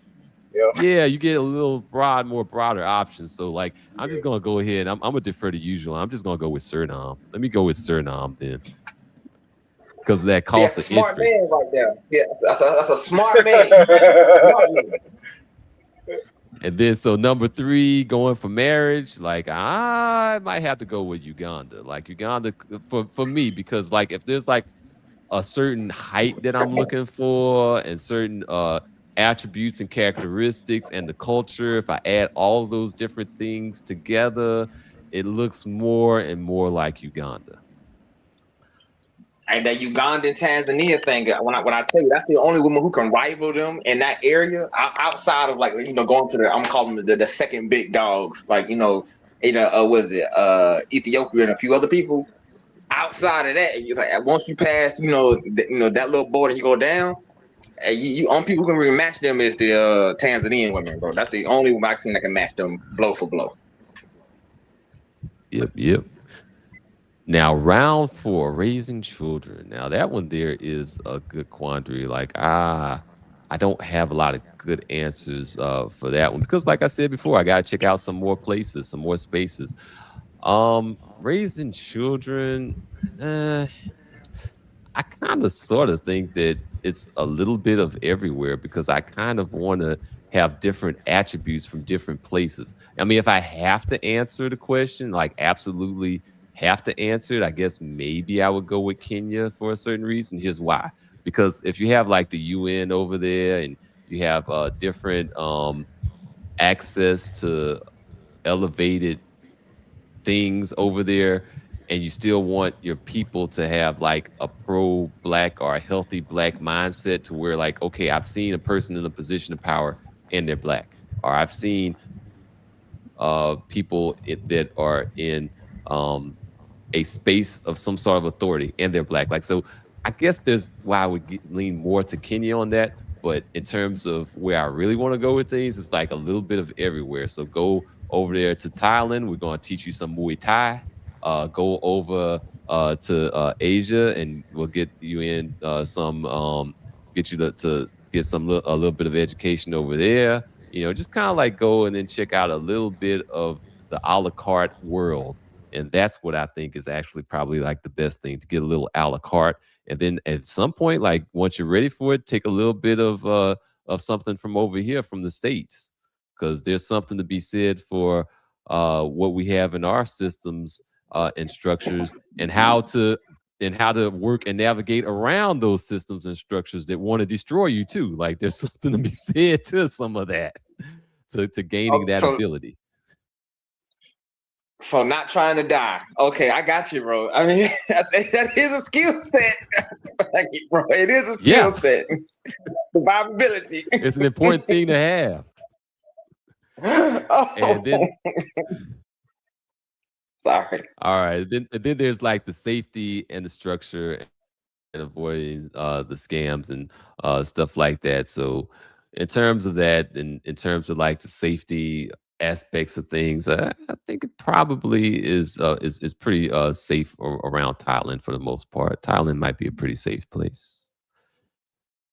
And then finally, that X factor, that place that has the things that you want that are really valuable to you, whether it's the Black Professional Network, the respect, or whether it's the most underrated place. And that one there might be kind of a little bit of a tie, because I think the most underrated place might be Tanzania in a way. Like Tanzania might be underrated, in my humble opinion. Yes. I think that there's a Yes. whole lot of opportunity. It's still developing. And I think that there's a whole lot over there that can be produced and productive, and that it might be the way to go. So like that's my top choice because of what you can actually potentially do with it. But then like my secondary choice might be might be Kenya. I mean, because they are developing They're getting pretty big. They've got like a whole lot going on there. But I mean, ultimately, I gotta go with Tanzania, and that's my answers. See, I like this man even more. At first, I thought you was like, a decently intelligent man. Now I know you an intelligent man. See, now I know. Now I know, because I may say at least 2 places that I know I would have went to. So this man intelligent. I like that. Yeah, I'll take it. I'll take that pat on the back. All right, so y'all have, in each one of y'all, do you have anything you want to close out with? I'm gonna get into some closing statements. We're gonna just kind of like work our way down in a row. So usual, Naima, Silver Rod, and then Bronk, and then I'll let you all have the rest of your Saturday to go ahead and do your thing. Okay. Well, I'm gonna keep it quick. When it comes to the world's a big place. Do not let people dictate you the world, that the outside world. You must go and see it yourself, because if you don't see it yourself, you'll never know. I also got to tell you, man, if you ever get the opportunities to visit, go visit Tanzania. I promise you, I don't give a care. I don't give a damn where you going to, man. You visit Tanzania at least once, bro. It'll change your worldview, man, at least once. So I tell black men, hey, explore the world, be willing to be bold and take your chances, and live a righteous life. That's it. Excellent, excellent. It's on you, Naima. When it comes to traveling, I'm going to tell y'all first and foremost, be about your wits, be always prepared, because anything can happen. I was raised to believe you better pray for the best, but be prepared for the worst. So always know wherever you go, there's an embassy contact you have there just in case. And also, if you're going to be places where you also protect your passport, but also learn a little bit more about the place before you go there. You can't go there, and black folks, you got to think, you can't do the same thing as white folks. You can't just go out there blindly and think your hubris and your arrogance is going to let you go or alpha your way out of the situation. No, you have to go there prepared and understand how people get down and well versed. So always educate and research yourselves as much as possible. That was some good advice there. Go and check out the place before you go and invest heavily into it. Do your due diligence. All right, on to you, Silver Rod. I think Pan-Africanism is a huge mistake. I think black people, black Americans especially, need to build alliances with Asia. It has been done in the past. Actually, China has actually helped a lot of freedom fighters back during the civil rights in the 50s. I think that's the path moving forward, is building relationships, Black America, FBA building relationships with Asian countries, emerging markets. That's the way forward. That's the way moving forward, and the path of moving forward, doing business, building businesses, trade and things like that. Yeah, because Pan-Africanism never worked. It's very, very one-sided.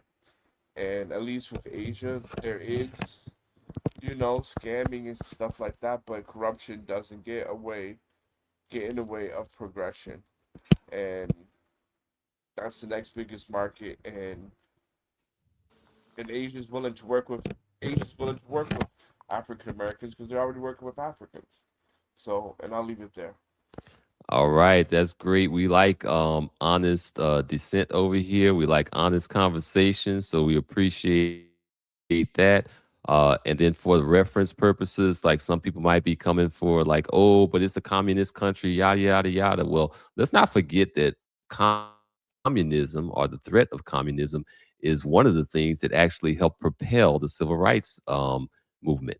Like if it wasn't for that counterbalance, if it wasn't for the threat of the communists showing basically lynched black soldiers and contrasting that to this American ideal and what they claim to be, then we wouldn't have had that much progress in civil rights because you had conflicting viewpoints. And so what we're talking about over here is a shifting global dynamic and getting ahead of the shifting global dynamic and then making the best of it with the most leverage that you can possibly attain. Yeah, So that and so that I makes just add this last part here is that unfortunately, Africa doesn't make it inviting for African Americans.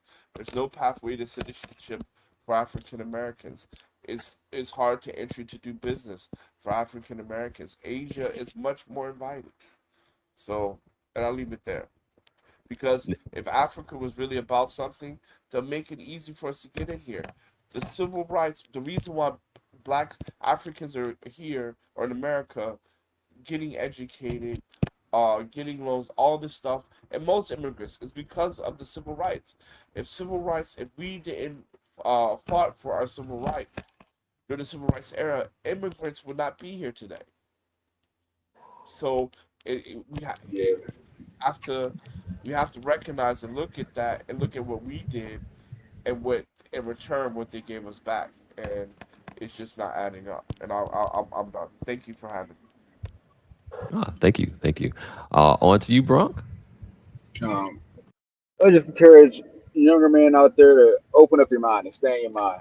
You're talking about traveling and knowing what's out there right now. That is imperative. If you limit your mind to my best options are here in America, you're going to lose a lot more battles in life. So when you expand your mind and you truly understand that there are other options, that you can get out here and explore, that you can see what else is out there, you can um, learn about different cultures, learn about the way that different parts of the world operate their societies. If you can get exposure to that, you get exposure to that at a young enough age, well, you simply will be someone who doesn't tolerate what most people around you here tolerate because you don't really have to tolerate it. You have options. So keep your options open. Do it as young as you can. Talk to men who have done it themselves. Learn about their experience and just implement it in your life. I'll close with that. Yeah, that's a good statement there. Like, don't tolerate these things. Like, that brings me right back to that fish and that turtle.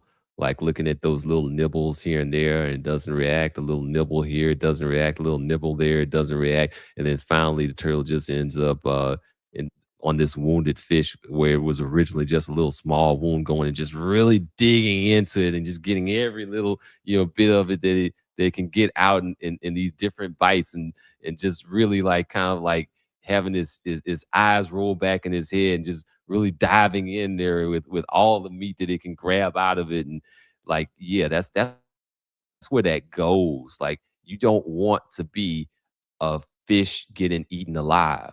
And that's kind of what you end up getting lulled into over here. You get like a little bit of this over here, a little bit of that type of smear over there. And eventually you get kind of like used to it. Like all of those like all what I would call what we've seen like in media where we have like 40 uninterrupted years or 30 uninterrupted years of media programming saying that niggas ain't shit, and people run with it. People reproduce it because they're hearing it over and over again. And what we do, we tolerate it, we accept it, we accept that even from our own black people. We listen to that and we let that go. And when we let that go, it has deleterious effects. So you just essentially become a fish getting eaten alive, and you don't have to live your life that way. On to you, Tom Runner. Yeah, man. I mean, I guess when the thing comes down to it, all the stuff we've been talking about today is about respect. Go where you are being respected, where people will respect you, where people will see who you really are, and get your respect. Demand your respect, and don't let anybody disrespect you. Try to get as much respect as you can, and like I say, go where you're appreciated, where you're going to be respected, where you're going to be where you're where people can see who you really are, and demand your respect, demand your love and loyalty. You can get it. All right. Good statement. Good statement. We definitely like men thrive off of respect. Like it's like the oxygen in the air. It's like Yep. the it's like the essential. It's like water. Like you can't like survive very long without water. You can't survive in any viable way with as a man without respect. Like the less respect that you have, the more you kind of like atrophy. The more you end up kind of like wasting away, like as if you're not even getting food. You know, you end up becoming like emaciated in a shell of a person that you should otherwise be. So feed yourself, feed your soul with respect, and go wherever you have to go to get that respect so that you can get nourished and feed your soul. Because the So disrespect that we have here is just it's amazing how much disrespect we get. That's why brothers go overseas and be, fall in love with the other places, because they do get some respect. you know, I don't think that they really get it. They might not know what we're talking about in terms of respect. So I might have to go ahead and I might have to play a clip to really drive that point home and really get people to understand what it is that we're talking about in terms of respect. So let me go ahead and let me play some of that real quick here, and I'll get into my last statement right after that. That we had reacted to before, and it's very similar concept. And I think it was a white woman, black woman's appreciation for white men, like type of clubhouse. And in there, it was just like, oh, you know, black men belong in a coffin, and black men deserve to die, and you know, our mothers should have, you know, been left a black man. And it was such a There's no turning back because these dusties are dusty. They just belong in a coffin.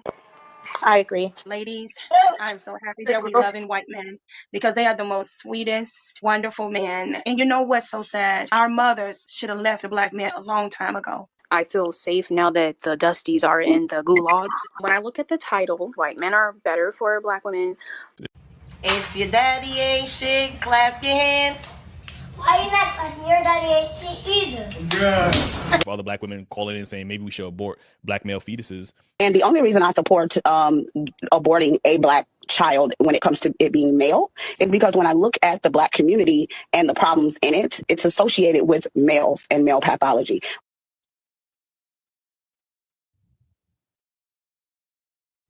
We don't want to deal with black men at all. I love all men and not black men. Just not black men. Well, is there any women here who don't want to deal with men, period, or is it just black men, or is it a mixture? It's just black men, and we actually want non-black men's help in this corrections that you speak of. So what are the corrections that you're looking for specifically? Force, because that's the only thing that's gonna work. But I mean, what are you looking for black men to arrive at? A place of understanding of like what do you want to see? Well, we we believe that there is no hope for them. That we don't believe in changing their minds. We don't. But I'm trying not to say what I really want to say because you're on stage. But if they could not exist, hey, we wouldn't be mad at. A black man ain't never made anything better but a fucking prison. Okay. Yep. So that disrespect is real. Let it go. Let it go. No, don't nuke the stream. Hey, you know, the most powerful statement in that video was when she was saying, "If your daddy ain't shit, clap your hands." And only the one girl clapped, and then she said, "Why ain't you clapping? Your daddy ain't shit either." That's a powerful statement. Let that sink in. It is a pretty powerful statement. Let that sink in. Your daddy ain't shit either. So y'all got separate dads. But like y'all got separate. Y'all don't got the same dad. So it's likely like y'all don't, multiple baby daddies, but they ain't shit. But also the peer pressure. It's the peer pressure though. All coming from the same womb, but they ain't shit. They the problem. That's wild, man. Now, can you please let this woman speak? No, you're not allowed to speak. Why? Because we're not nuking this stream. I'm gonna let you think you'll get demonetized for that? No, I don't know. I have no idea. He might get banned or something. He don't want to go to YouTube jail. I mean, he don't want to go like what? We're black people. It's black people here. You say it. It's All black right, people. Hey, but there's white people watching. They might be watching. That's true. Yeah, there's white people watching in the background. They watch all of this stuff. They always watching, bro. Yeah, they studying it. They studying it. They like these Negroes getting smart. These Negroes are getting smart. Yeah, so These niggers are getting way out of hand right now. We need to check them hard. Y'all need to let these women cook. Y'all need to let these women cook. Bruh. We gotta let certain people cook, but dude, certain people gotta get out the kitchen.